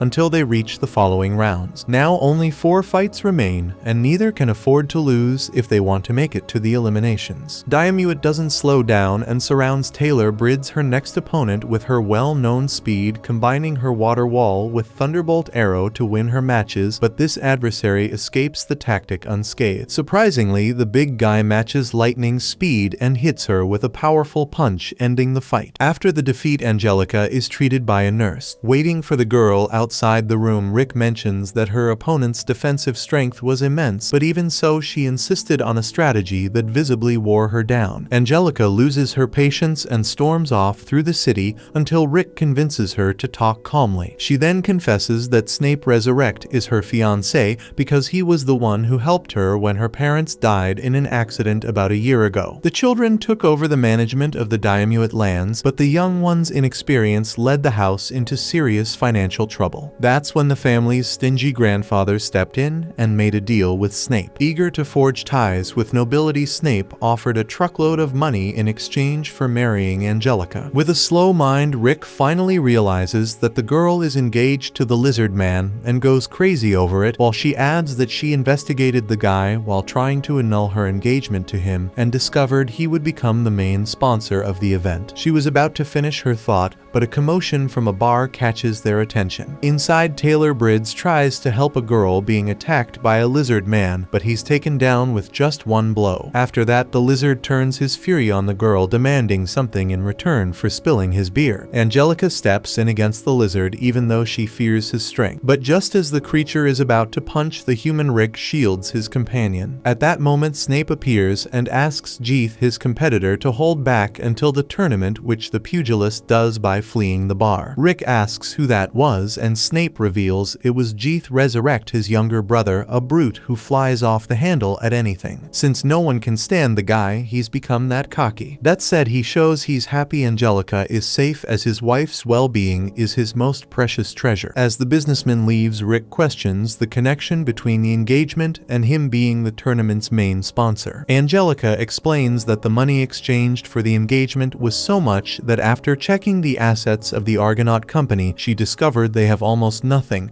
and this tournament is Snape's chance to reclaim his fortune. In other words, the event is already rigged, so the lizard is using the sponsor's spot to manipulate the outcome, which is why Angelica is getting involved. She wants to win the tournament and ruin her fiancé's company. The problem is to do that she needs to defeat Jeeth, which seems impossible. possible. Faced with the challenge, Rick offers to train Angelica. The next day, the duo wastes no time getting to work, even though the task proves to be much more difficult than the girl initially imagined. Angelica, with weights strapped all over her body, each weighing 60 pounds, is advised never to deactivate her body strengthening ability if she doesn't want to die. She demands a better explanation for this madness, but Gladiator ignores her and takes off running a rope tied around both of their waists. He explains that by pulling her along, he's forcing her to run faster and with more strength. In the midst of it all, he begins correcting her first flawed movements, teaching her that while she has acceleration, her stride isn't stable enough. With her hair all disheveled, she pleads with Rick to stop running, and he jokes that it's the first time Angelica has called him by his name. With no energy to comment on it, the Flash begs him to stop, but he insists it's crucial to push past the limits. We think we have, reassuring her not to worry because only 6 hours remain until the end of today's training. Hours later, she collapses face first into the ground, exhausted. Gladiator remarks that this is just how tough training for a second-class knight is, while Angelica thanks God she still has her legs. Rick recalls nearly losing consciousness when he underwent this training, with Rionette mentioning he died 3 times just on the first day. Hearing this, Angelica proudly declares she survived her first day without dying, but Rick laughs, reminding her that it's only lunchtime. On the 5th day of training, she was enjoying her lunch on a warm, sunny afternoon, convinced she wouldn't be able to keep up this pace until the end. At least she was in a secluded spot savoring her meal where no one could bother her, not even Rick. But just as she thinks this, her teacher appears at the window, having searched the entire kingdom for her. Frustrated, Angelica complains it's been less than 15 minutes since she tried to hide. Rick takes the opportunity to have some tea, while Angelica asks when he's going to stop drinking and starts scolding her for running away. But Rick surprises her, explaining that he understands her desire to flee. In fact, he himself ran away dozens of times during his 2 years of grueling training, dying thousands of times in the process. In one of these memories, Brufston realizes his pupil has died and borrows some mana from a Lyseret to bring the human back to life. Faced with a confused Rick after dying yet again, the orc explains that the vampire mage has granted him the power to revive Rick up to 2,000 more times, so it's time to keep going at the same pace. With this memory in mind, Rick tells Angelica he's gotten used to dying. She's surprised he endured it for 2 years, and the pure truth is that he tried to give up many times, but Brufston always said the right thing, urging him to weigh his current suffering against the regret of giving up. With these words, Gladiator could see the scene deep within his heart. Angelica deduces that he chose to endure the current suffering, which is true, while Rick concludes that even if he had quit, his master assured him he would watch him leave with a smile. For some reason, those words made everything easier to bear. Hearing this, Angelica confesses that she hates the customs of nobility, the pristine outfits, the manners, the heavy makeup, and the ridiculous dances. Despite learning all kinds of things, she always loathed every part of those etiquette rules. That's why she decided to contribute to the House of Diamuit as a fighter. Her dream is to become the first special class knight, so she believes her scales are also tipping towards current suffering. With her motivation renewed, the famous Flash is reminded by her teacher that her fighting style is a modified version of the knight's sword technique, making her more powerful with a sword in hand. Since the tournament rules require fighting without weapons, Rick suggests she learn a technique to turn her own hand into a blade. For that, he's brought in a special instructor, Rionette. After the intense night training, the tournament was in full swing, leading to the final match between the C block leaders, each with 7 wins and 1 loss. Angelica Diamuit faces Silver Helgand, with only the winner advancing to the next round. In the arena facing her opponent, Angelica trembles with fury like a caged beast. The duo of elders who always observe the duels comment on the strange situation of Diamuit, believing she's likely at a disadvantage against Silver. However, as soon as the announcer signals the start of the fight, Diamuit delivers such a powerful punch to her opponent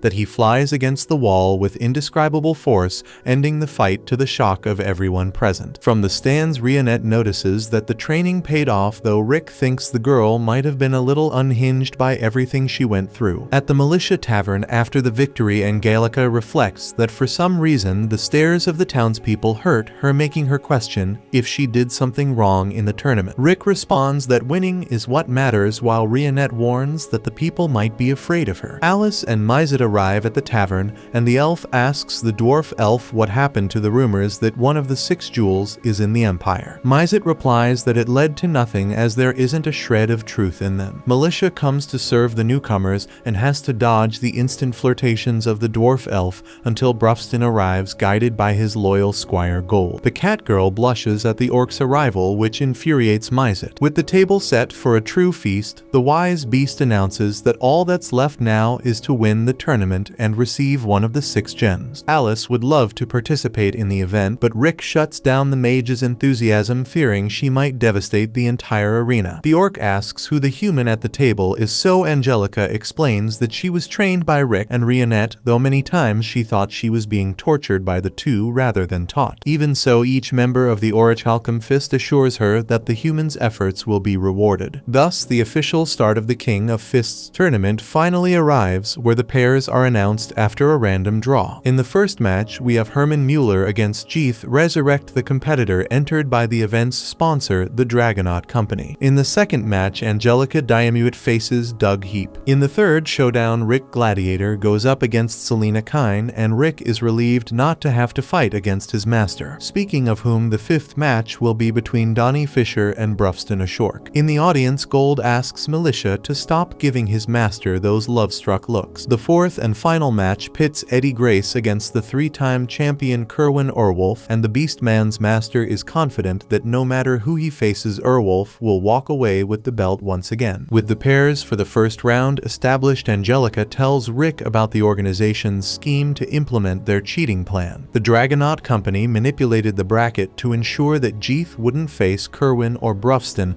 until the final to impress the audience with their competitor's strength from the beginning. When it reaches the final stages with the odds at their highest, Snape plans to make a very clever bet, because if the lizard deliberately loses at this point, the boss will rake in a fortune. That's why they gave Jeeth the easiest path, including facing Angelica, if he makes it past this first round, and her plan is to destroy the sponsor's plans by defeating their competitor in the second match. Rick asks what Diamuit would do if she doesn't face the lizard until the final, but she hasn't even considered that. After the bracket is divided, Kerwin and his master meet Rick and Brufston, and the members of the Orichalcum Fist confidently declare that they will take the belt home and consequently the gem they came for. Unfazed, Urwolf's master recalls when his pupil was younger. Back then, his academy had only managed to get one competitor to the 4th place in the tournament, so he put his new fighter up against this pugilist named Garen. On that occasion, Kerwin took a beating, but the taste of defeat drove him to train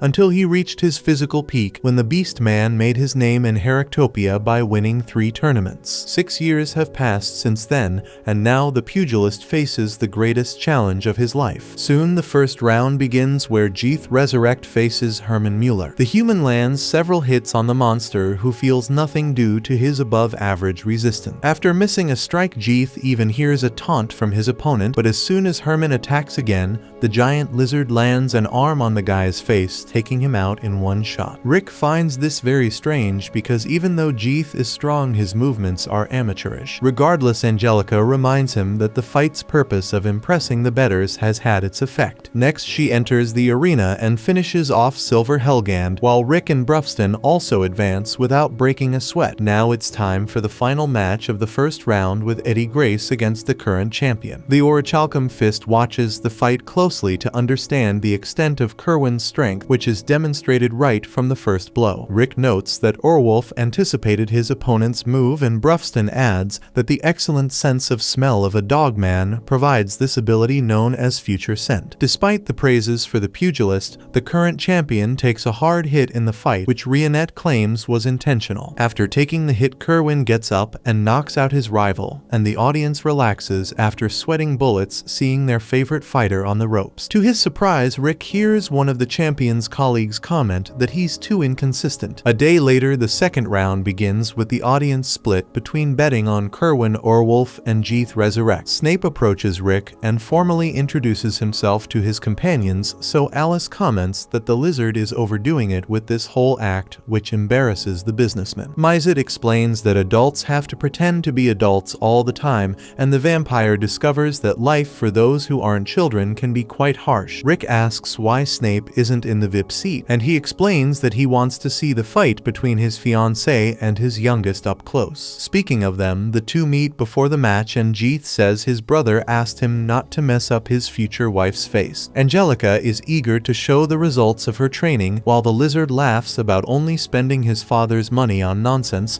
and still being stronger than his opponent. Since he brought it up, Angelica claims it's impossible for Jeeth to have such a physique without training, and he dodges responding that sometimes he's the guy people call a prodigy. Either way, he promises not to crush his opponent so she can still carry Snape's children later. Offended by this insult, Angelica vows to crush him. The clash between the two begins, and Angelica starts with a flying kick to Jeeth's torso, but he doesn't feel the impact. At least unlike Herman, the Diamuate Knight has the speed necessary to avoid taking hits. As she suspected, her physical attacks don't work against the youngest resurrect, so she cancels her enhancement magic, leaving the entire audience baffled. Afterwards, she uses magic flow reverse reflection and advances with instant step, finishing with a new technique she learned, thread cut, where her hand simulates a sword and slices open Jeeth's belly. Rick boosts his pupil's morale as Rionette explains that this is one of the secret techniques for body control. When she demonstrated it on a stone during training, the elf made the human think she could never achieve something like that. But at the same time, her desire to learn was so strong that she decided to set aside her insecurities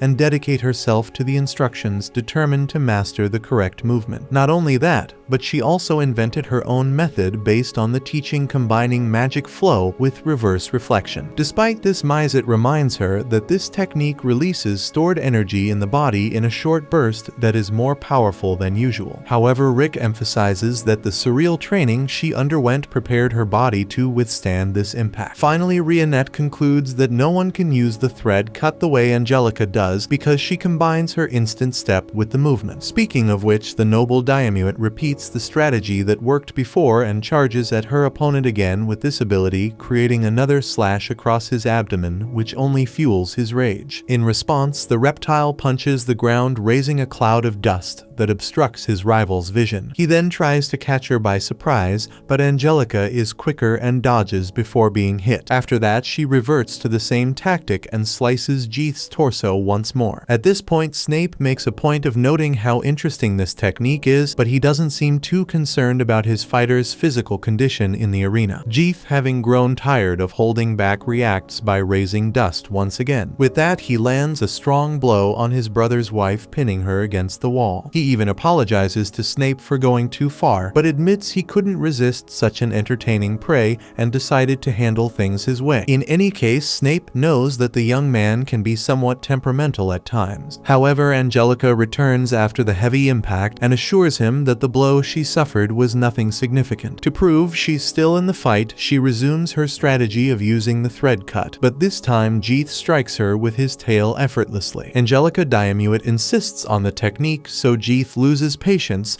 and reveals that he has learned to replicate his rival's instant step after watching her do it so many times. Seeing her opponent running beside her at the same speed, Angelica can hardly believe what's happening, but there's no time to reflect on the situation because Jeeth has fully switched to offense and lands another blow, hurling her against the wall with great force. Not only that, but the monster taunts her, remarking that there's nothing better than stomping a mediocre piece of trash into complete humiliation. Rick begins to worry about his student, while Snape comments that his brother's strength is truly extraordinary. He's known this since he met Jeeth back when he was still a famous boxer. At that time, the youngest had been adopted at the age of 8 and was already training with his older brother in one-on-one fight sessions. In their first bout, Jeeth hit Snape so hard that the poor man could barely stand, which led to his retirement. After all, Jeeth is a perfect prodigy born with all the talents necessary for combat. Speaking of which, the monster resumes taunting the human in the arena, saying that all her years of training ended up being worthless, and that she must hate her parents for not passing any talent on to her. Taking advantage of the fact that he mentioned the girl's parents, he recalls that both are dead and concludes by saying saying that trash parents produce trash children. Snape comments to Rick that Angelica is probably suspecting that the fights are rigged, but he sees no need for such petty tricks. In reality, what the businessman did was bet a large sum on his brother because he's an unknown fighter that no one else bet on. In other words, that's the trick where Snape will make a big profit by being practically the only one who wagered on Jeeth. Meanwhile, the Red Dragonkin defeats the woman in the arena, and the crowd starts to frown at the scenes unfolding in the match. Rick imagines that Diamuit is at her limit, but she has no intention of giving up. On the contrary, even though she can't even stand, she assures them that she won't lose. Now Jeeth's motivation becomes to crush his opponent's fighting spirit and savor it. So he lifts the girl by her hair, and intends to show everyone that not even the most dedicated boxers can defeat a prodigy. At the same time, Angelica battles within herself to maintain her hope as her mental balance is still tilted towards the necessary sacrifice. With this in mind, she tries to strike the enemy, but she's so weak that she can only lift her fist without even touching him. In response, Jeeth throws her against the wall and for the first time reveals his claws with the intention of killing his adversary. Rick stands up and shouts that the match is over, but the lizard charges at the noblewoman with all his fury. Just as he's about to strike Angelica with his fangs, an object is thrown at his arm, diverting his aim. As the announcer declares the fight over, Jeeth looks at the shoe thrown at his arm and wonders who had the audacity to do that. When he looks at the crowd, Rick Gladiator is standing there missing one shoe with rage emanating from his body. Without a second thought, Rick heads toward the arena access to retrieve his shoe, but Jeeth anticipates the encounter, commenting that the big guy has been up to something. Since Rick doesn't respond, the lizard tries to kick him, but the man dodges effortlessly while tying his shoe back on. Then Gladiator tells the monster to wait because what's coming for him is well deserved. Jeeth punches the wall with excitement, eager for this duel. As the protagonist descends into the arena, he effortlessly wins his fight with just one strike. The first thing he does after his victory is seek out the doctor responsible for Angelica Diamuit's treatment. Upon asking about her condition, Rick learns that she sustained significant damage in her battle against Jeeth, meaning her recovery will take some time. However, she's not in any life-threatening danger. Hearing this, Rick reflects on how frustrating it must be to undergo such intense training in pursuit of a dream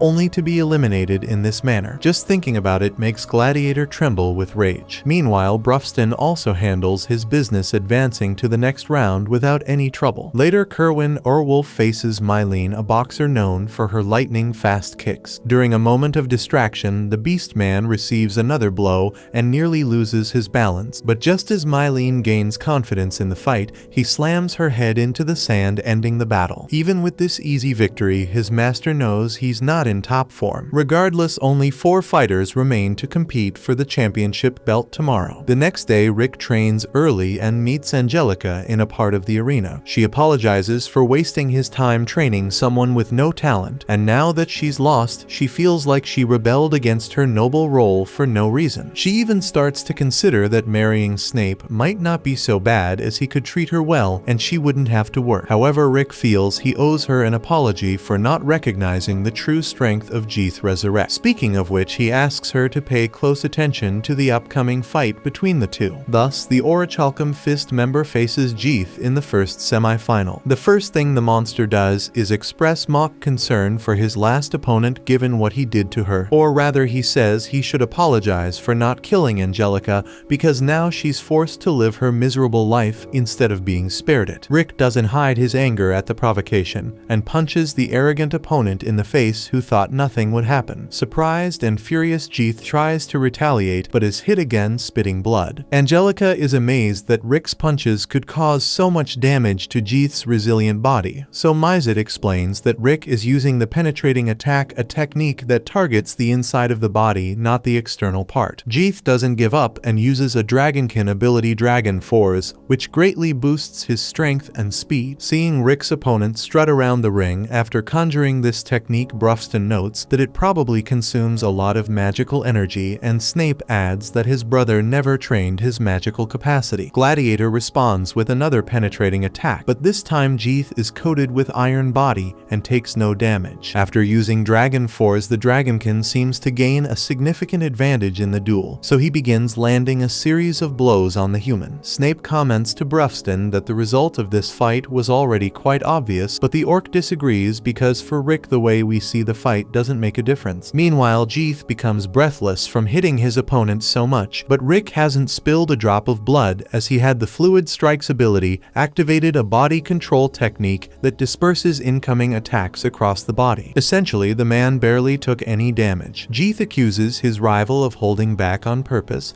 and Rick admits he restricted his physical abilities to match Angelica's level and fight with that in mind. Brufston adds that winning this match isn't the only thing that matters to Rick. He also wants to show Angelica her potential. Rick tries to warn Jeeth to ease up on all this anger, as there will come a point when the Dragonkin will suffer from pushing himself too hard. But Jeeth has no intention of losing this fight, so he reactivates his iron body and layers on the strong fist along with instant step. Turning himself into a veritable war machine, he launches a decisive attack on his enemy, but the strength of the Orichalcum Fist member is so impressive that he shatters all of the Dragonkin's abilities with just one more penetrating attack. Moreover, Resurrect was exhausted, leaving him vulnerable. Rick points out that his opponent never pushed himself to the point of exhaustion, so he doesn't know how to handle fatigue. In his view, the strength a person gains after reaching exhaustion is their true power. Tired of the lecture, Jeeth resumes his assault, but Rick is now fully in control of the situation. On top of that, he throws in Jeeth's face that he relies entirely on his innate talent, but is merely a level 1 prodigy, while true prodigies use their born strength to develop to massive levels through hard work. Rick, for example, knows some prodigies who reach level 1000 opponents who could defeat Jeeth with a single strike. Furious at this rant, Jeeth resorts to the Dragonkin's most powerful innate strengthening magic dragon Recorgen. With it, Rick's attacks no longer have any effect, and he realizes that Angelica really wouldn't have been able to beat Jeeth at this level. Even so, he emphasizes that this doesn't mean she shouldn't train intensely, as sometimes a young girl will have to face a burly man in life and won't have the chance to run away. With that said, Rick moves at an incalculable speed through the arena using instant step as a reference, making Angelica realize that this would be the result of her special ability if she continues to train intensely. According to him, ordinary hard work might not overcome the difference in innate abilities. It takes a certain madness to maintain extraordinary efforts. Angelica understands this more and more, reaffirming which side of the scale she's leaning toward. Jeeth then stirs up a sandstorm to limit his opponent's vision on the battlefield, so Rick uses Thread Cut, though he doubts it will work since he doesn't know how to execute the technique properly. But when the dust settles, Jeeth Resurrect has been gravely wounded, thus ending the fight. The crowd goes wild with the incredible performance of the man who came to be known as the Old Man in the public eye, while Angelica makes sure to thank the sensei for the taste of sweet revenge he was able to provide her, not to mention the fact that the guy took the boxer from Snape out of the game. That said, the host calls for applause for the winner, who enthusiastically feels the love from the audience. As for Snape, Rionette notices that he seems strangely calm, and the businessman admits that this harsh blow was less painful than he had anticipated. After all, it was good for him to see his brother learn an important lesson from this defeat, as it was the boxer who had ended his career believing himself to be unbeatable due to his monstrous talent. Alice comments that he's talking about difficult things again, and Mizet chimes in, teaching once more that these are the kinds of things adults have to deal with all the time. Although he doesn't feel as bad as he expected from this loss, Snape admits it's a shame he won't have Angelica Diamuit as his wife. On the other hand, the girl couldn't be more pleased with the downfall of the Dragonkin, and makes a point of rubbing it in his face that his petty dream of joining the nobility went down the drain along with his marriage proposal. With impeccable formality and a refined vocabulary, Snape Resurrect admits that having a lovely maiden like Diamuit was something he longed for, which is a shame, and these brief words were enough to cause an odd reaction in Lampejo. Meanwhile, getting ready to enter the ring, Kerwin Orwolf couldn't be feeling better. His boss makes it clear that the Beast Man is an excellent boxer, and the fighter jokes that the old man must have eaten something bad to be so sentimental. But that's not it at all. The human just wants his protege to give it his all, which Kerwin fully intends to do now that the host is calling him to the fight. With that, the second match of the semifinals is announced, where the orc who knocked out all his opponents with a single punch, Brufston Ashork, will face the 3-time champion and fan favorite Kerwin Orwolf. Angelica is startled by the amount of applause the Beast Man receives, but Rick had expected nothing less from the greatest champion of all. Although confident, Orwolf Orwolf isn't foolish and knows he's up against a one-of-a-kind opponent. Studying the giant orc, the ravenous wolf doesn't see a humanoid figure, but rather an unbreachable wall standing in front of him. With his unreal speed, Kerwin advances and tests the orc's defense, landing a series of punches that don't even tickle Brufston. On the other hand, had he been hit by the punch the wise beast threw in return, the beast man would surely be dead. Then the most unexpected happens. Jeeth resurrect, as his name suggests, rises from the ashes, his eyes glowing with an intense red and his body appearing more overwhelming than ever before. Moreover, the dragonkin seems consumed by madness as he leaps into the crowd, stirring up dust with a series of strikes. Snape knows this is the devastating effect of dragon recorgen in his brother's blood, and he braces for the worst. Kerwin, wanting to continue his fight, calls out the dragon for disrupting the match. Without hesitation, Jeeth charges at the beast man, but is unexpectedly stopped and takes a punch to the stomach that's sure to leave him hurt. Orwolf shuts down the dragonkin with just one hit, much to the shock of Rick, Angelica, and Rionette, who now imagine this boxer must be an S rank for sure. Regardless, the event host announces that the semifinal has been postponed to tomorrow due to the chaos caused in the audience,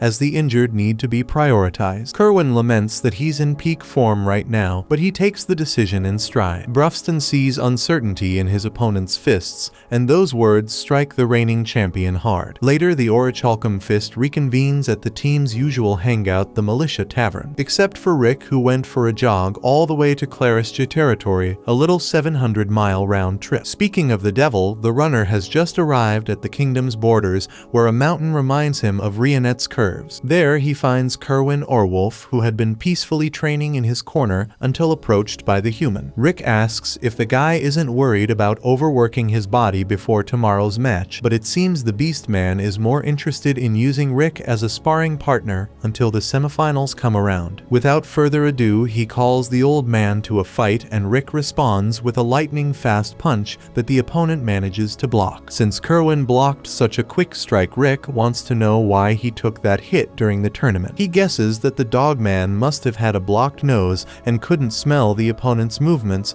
but the truth is much harsher. Kerwin explains that he grew up in the slums and fighting was his favorite pastime, but there came a point when he beat everyone mercilessly, and the thrill of fighting lost its charm. After arriving in Heractopia, things were good at first, but after becoming an undefeated champion for the second time, defeating all his opponents with a single punch in under a minute, he realized that even official tournaments could be a drag since they didn't present a real challenge to the ravenous wolf of the slums. The only thing that kept his attention was the satisfaction of his boss, who smiled from ear to ear with the boxer's performance. One day, he overheard the boss talking to a gym employee who thought that the fact the fights were ending so easily would eventually break their business, as no one was willing to pay to watch a match with a predictable outcome. Months later, on the eve of the final of the third tournament he participated in, Kerwin reflected on what he should do to avoid driving his master into bankruptcy. So he considered finding a middle ground to make the fights more exciting. The first punch that came his way was extremely slow to his perception, but even so he decided to take the hit and fake being defeated for the sake of the show. In the tournaments that followed, he continued using this strategy of adjusting his strength for others' entertainment, but the reality is that he no longer felt any desire to fight. After hearing the whole story, Rick can kind of see the guy's point, but warns him that things will be different tomorrow. Orwolf doesn't buy it, though Gladiator is far from trying to convince the man of anything, so he leaves without much more to say. The next day, a defensive spell is triggered to protect the audience, ensuring the crowd's safety. Facing Brufston once more, Kerwin charges forward at the starting signal, raising the stakes by attacking with the rolling fang, spinning his arm at high speed to amplify the power of his strike. Brufston blocks the attack with ease, though slightly less than before. Now the orc starts dodging punches instead of risking his guard being exposed, and counterattacks with his fists, forcing the beast man to stay sharp lest he ends up flattened. After a brief lull in the action, Brufston had analyzed his opponent's fighting style and deduced that he's intentionally holding back, something Orwolf admits to doing, though he feels he may need to abandon that approach against the orc. Either way, he acknowledges it's shameful for a champion to deceive the audience like that, but Brufston sees it differently. The boxer is prioritizing the spectators, which is what a true professional should do, even if it's unfortunate that the orc can't fight full throttle against Kerwin. To balance the match, Brufston decides to fight using only 2 fingers and without moving a single step. With that settled, Kerwin charges again with the rolling fang, but this time his opponent blocks the attack with just his index and middle fingers before landing a powerful blow on the boxer. Kerwin manages to dodge the second strike, which would have likely been much worse, just as he hears the crowd chanting his name. He feels a surge of excitement for boxing rushing through his veins again. After all, this wasn't just any rival,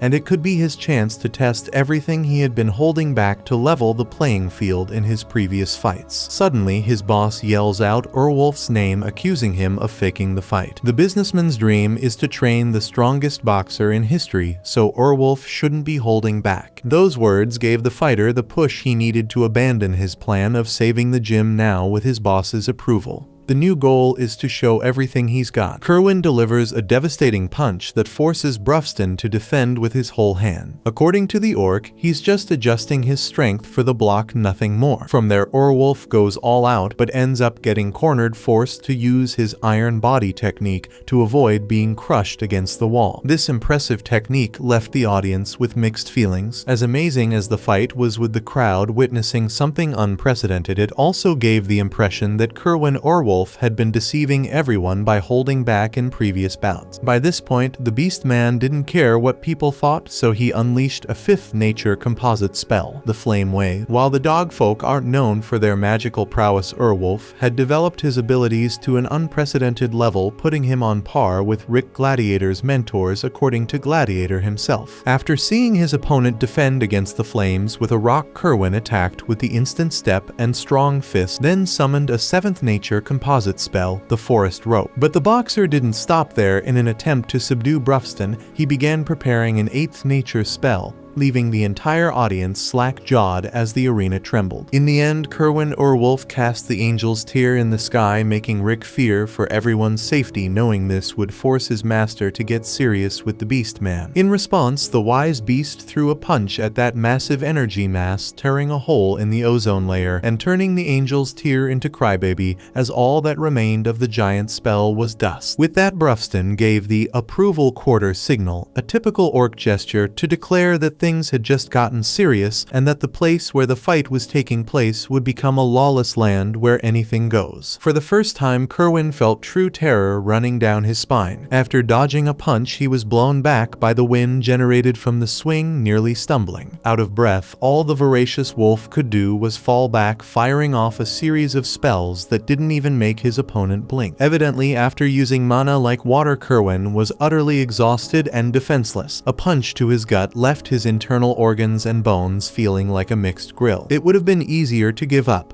but the man had been waiting for so long for a worthy rival that he decided to stand once more. Using the last of his energy, he went for an all-out brawl, but his stamina gave out in mere moments, leaving the voracious wolf from the slums drained before the wise beast. Even so, the crowd pushed Kerwin Orwolf to keep fighting, cheering him on even after realizing he had been deceiving them all along. This made it clear that the fighter hadn't lost the love of the people, and that gave him a second wind enough to force the match into overtime. With no magic or strength left, Kerwin dug deep into his spirit to throw one last punch that would decide the outcome of the battle once and for all, merging the instant step, strong fist, rolling fang, and flame sword. Afterward, Brufston silently applauded the Beast Man's effort, in his mind too lazy to use his hands. Having seen his strongest punch absorbed effortlessly, Orwolf smiled and admitted that today had been the most fun he'd ever had in his life. In honor of such a magnificent fight, the orc gave his opponent all the respect he deserved by landing a punch so hard that it knocked the Beast Man's lights out. Despite everything, Kerwin's master still considered his student the greatest boxer in history. Brufston Ashork is announced as the winner of the match. Rick praises his mentor's performance, while Angelica points out that defeating the champion in such a dominant way is amazing. However, Brufston replies that it wasn't a crushing victory because Orwolf's final strike was truly impressive. Gladiator then mentions explains that they already have the jewel in their possession, so there's no point in continuing the fight in the finals. But Brufston makes it clear that he can't wait to have a proper no-holds-barred showdown with his apprentice. In that moment, the human trembles with such fear that he ages 25 years in just 3 seconds of sheer terror, losing half his hair and developing sudden baldness. Meanwhile, Kerwin is reading a newspaper article that says the semifinal was thrilling, but Orwolf fought without passion on the sacred grounds of the King of Fists tournament, deceiving everyone who watched. Naturally, this has sparked a wave of criticism, and the feral wolf from the slums knows he's now seen as a sort of villain because of it. Looking out at the orphanage courtyard and watching the children play, his boss reassures him that everything will be fine. Incidentally, he wants to know what that crazy move was at the end of the fight. Kerwin explains that he was so focused on the fight, he just went with the flow. The master suggests naming the move something like Composed Nature Spiral Fist, but in reality, the fighter is deeply troubled by the fact that he deceived the audience and everyone involved on top of being defeated, which supposedly takes away the excitement of rooting for him. The master replies that people still admire Kerwin in their own way, and that there's no shame in losing because next time the fighter will try twice as hard and get back to winning. Moved by this remark, Orwolf asks why the boss cares so much about him. The man responds that he sees the young fighter as a son. Kerwin was about to say he sees the man as a father too, but Brufston enters the room before he can. The orc apologizes for the interruption and offers to heal the wolf man, but the truth is Kerwin wants to feel this pain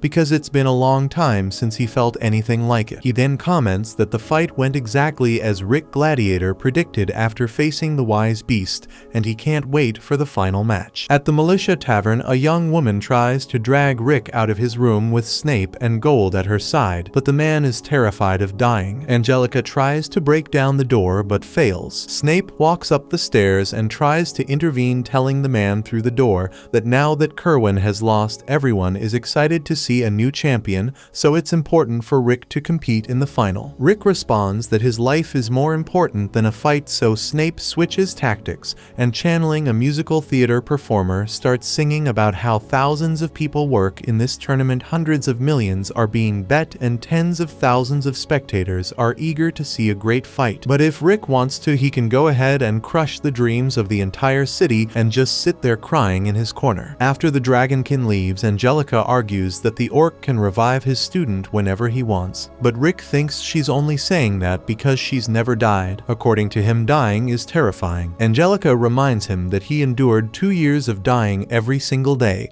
but now he's going to whine like a child. Rick yells that he never seriously fought that mythological beast, so she could never understand. With that, Angelica gives up trying to convince him and declares that she no longer respects him as a teacher. She storms off in anger, leaving Mizet to comment that Brufston already had Rick's training plan ready the day he arrived at the castle. A complete 2-year regimen. Rick finds that odd since the original idea was to train allies to help defeat Kaiser Alcipiade. The dwarf elf explains that was the goal, but the orc also wanted to train someone he could fight as an equal, because orcs have a fighting culture that helps them understand each other and the world around them. The boss is so strong that since he was a kid, he never had a fair fight with anyone, and that made him feel lonely. His biggest dream has become finding someone who can truly match him in a balanced contest, and that dream could come true tomorrow. With that said, Mizet understands if Rick wants to quit, but he asks the human to consider Brufston's perspective. As the weapons expert leaves, Alice asks Rick to go play with Uncle Orc, because the orc really wants to play with him. Hearing those words, Rick is thrown into a memory from 2.5 years ago when he was first welcomed by the Orichalcumphis and was in awe of the place. Upon meeting Brufston, a short Rick was simply terrified by the size and presence of the orc. Through Rick's muscle movements and mana flow just from a handshake, the wise beast discovered that the novice had no knowledge of martial arts and possessed the lowest possible level of magical energy. Therefore, the young man didn't yet have the skills to become an adventurer. Rick assumed this orc was like all the others who insist that he should give up on his dreams, so he asked outright if Brufston was the same. But the answer was quite the opposite. What the master wanted to know was if Rick understood he would have to work 100 times harder to reach a high level. While Rick sulked in the safety of his room, Angelica fumed over his pathetic behavior. On the other hand, Mizet understood how the man felt because training with Brufston was like hell on earth. Gladiator had been driven mad countless times, and it was was a mystery how he survived such insanity. However, Mizet and Alice explained that the human fighter had an innate special ability with a complicated condition for activation. Since the strength and damage caused by this ability to his body were uncontrollable, Brufston had banned its use. Listening closely, Angelica hadn't known about that. In the late afternoon, Rionette stands outside Rick's room, and the man wants to know if she thinks he's pathetic. She assures him that she doesn't, but whatever Rick chooses, he will still just be himself, though she prefers the Rick who would fight for the sake of Brufston. Regardless, the next morning marks the day of the grand finale, with the stadium packed to capacity. Amidst the crowd, Rick's and Brufston's companions are present, with Snape dreading the possibility that Rick has truly decided not to fight, which would have a huge financial impact on the event's sponsor. However, just as he's about to enter the arena, there stands Gladiator, declaring that he's overcome his issues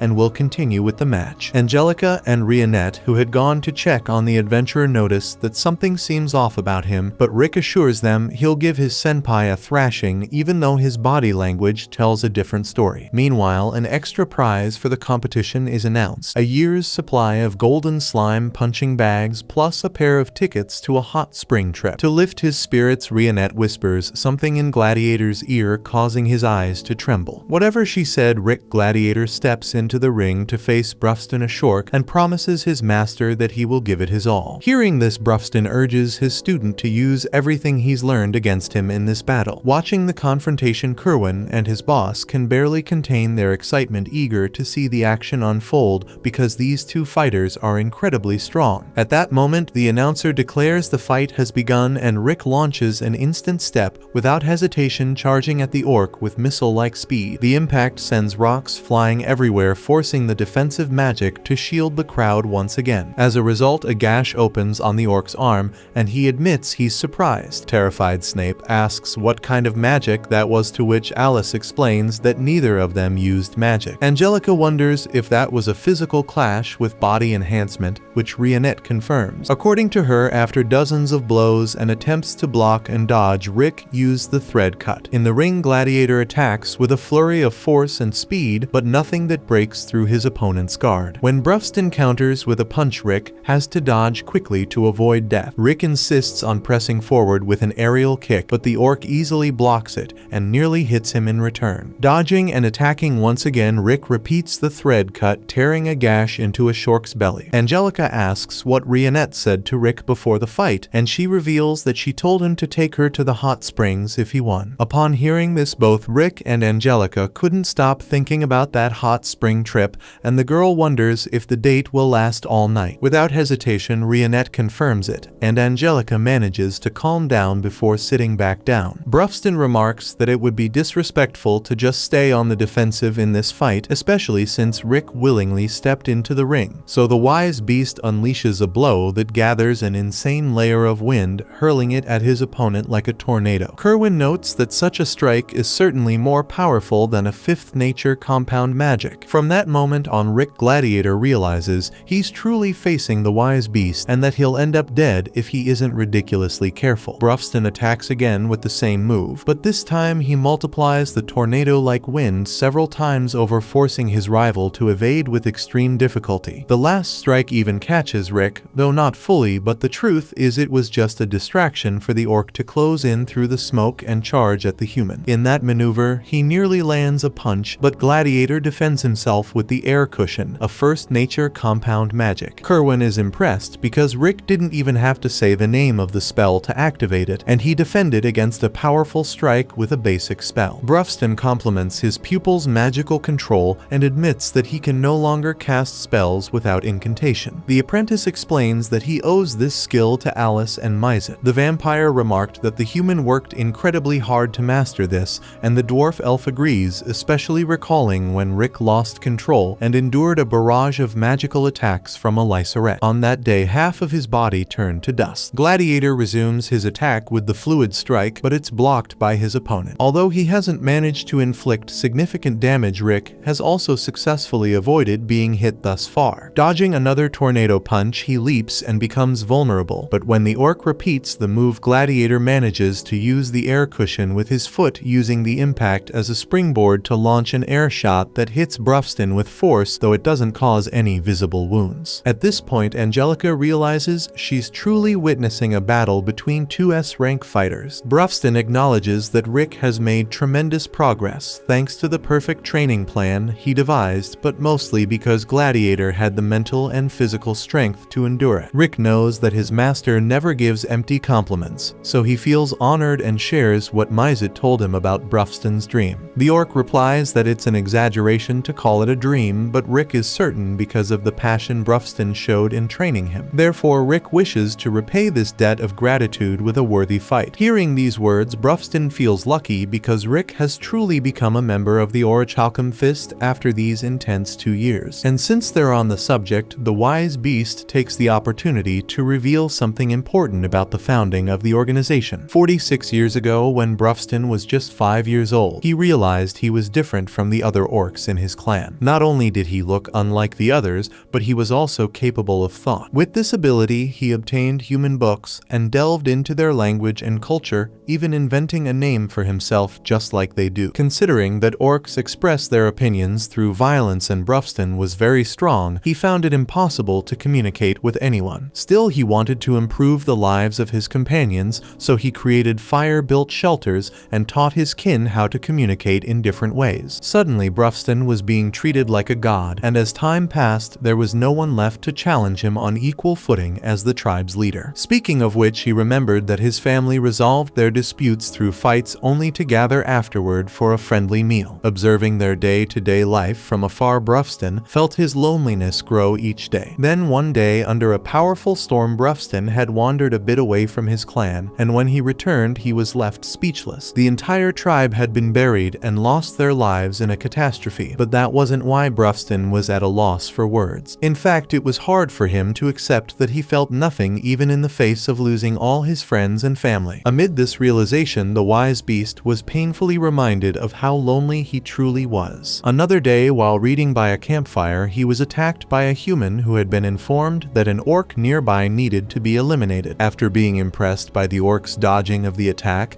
and the fact that he was reading, the man mentioned that the dead wyvern beside him was the creature that had been terrorizing the town lately. When Brufston confirmed that it was indeed that winged beast, the man couldn't stop being astonished by the extraordinary qualities of this creature that communicated and acted like a human. Consequently, he insisted on getting to know him better in an informal conversation. After a few minutes, the man understood that the orc was lonely because he was so eccentric compared to the others of his kind, and that he had not found a worthy opponent among his peers. For this reason, Brufston had given up on pursuing his dream, but that man was certain that even impossible dreams were worth chasing because he himself had a story that no one believed was true. In fact, this human had fought alongside Yamato the hero. Because of this, he was now known as one of the 5 legendary. Brufston commented that he had read that book and remembered that the events depicted happened 200 years ago. The man replied that he was the one who wrote that work after experiencing those events, but no one believes it's true. Brufston asked if that so-called impossible dream the man mentioned was about defeating Kaiser Alcipiade, and that was exactly what the guy was talking about. The man stated that certainly the orc was closer to realizing his dream than he was, and this statement gave Brufston a motivation he hadn't felt in many years. In light of this, the man raised his hands and called to the heavens for beings as powerful as Brufston to join him on his journey. After that day, Brufston became an adventurer throughout his life, and alongside his new friend, he founded the Fist of Orichalcum. As the man had said, Brufston managed to engage with extremely powerful beings, each with their own unique strengths, but none of them seemed capable of facing him in a direct fight contrary to what he desired. With this in mind, the orc devised the training that would one day be taken up by Rick Gladiator. Mizet claimed that no living being in this world could withstand such rigorous training, but the orc remained true to his principles and kept his dream alive. After recounting all this, Brufston explained to Rick that it's impossible to predict what will happen in the world. He then lamented making the guy listen to all this drama before announcing that it was time to return to the fight. With these words in his mind, Rick reflected that Brufston had stood by him for almost the entire time during those 2 years of training, and thus concluded that he hadn't realized how much of his own time the orc had dedicated solely to him. Remembering a moment one day Rick was taught by his sensei about the thumb-up gesture that orcs make. According to Brufston, this is a signal that the person will abandon defense and evasion, focusing solely on exchanging blows. force. Soon Gladiator repeated this gesture, and his master couldn't hide his astonishment, so he insisted on asking if the apprentice was truly willing to go that far. Without answering directly, Rick held the gesture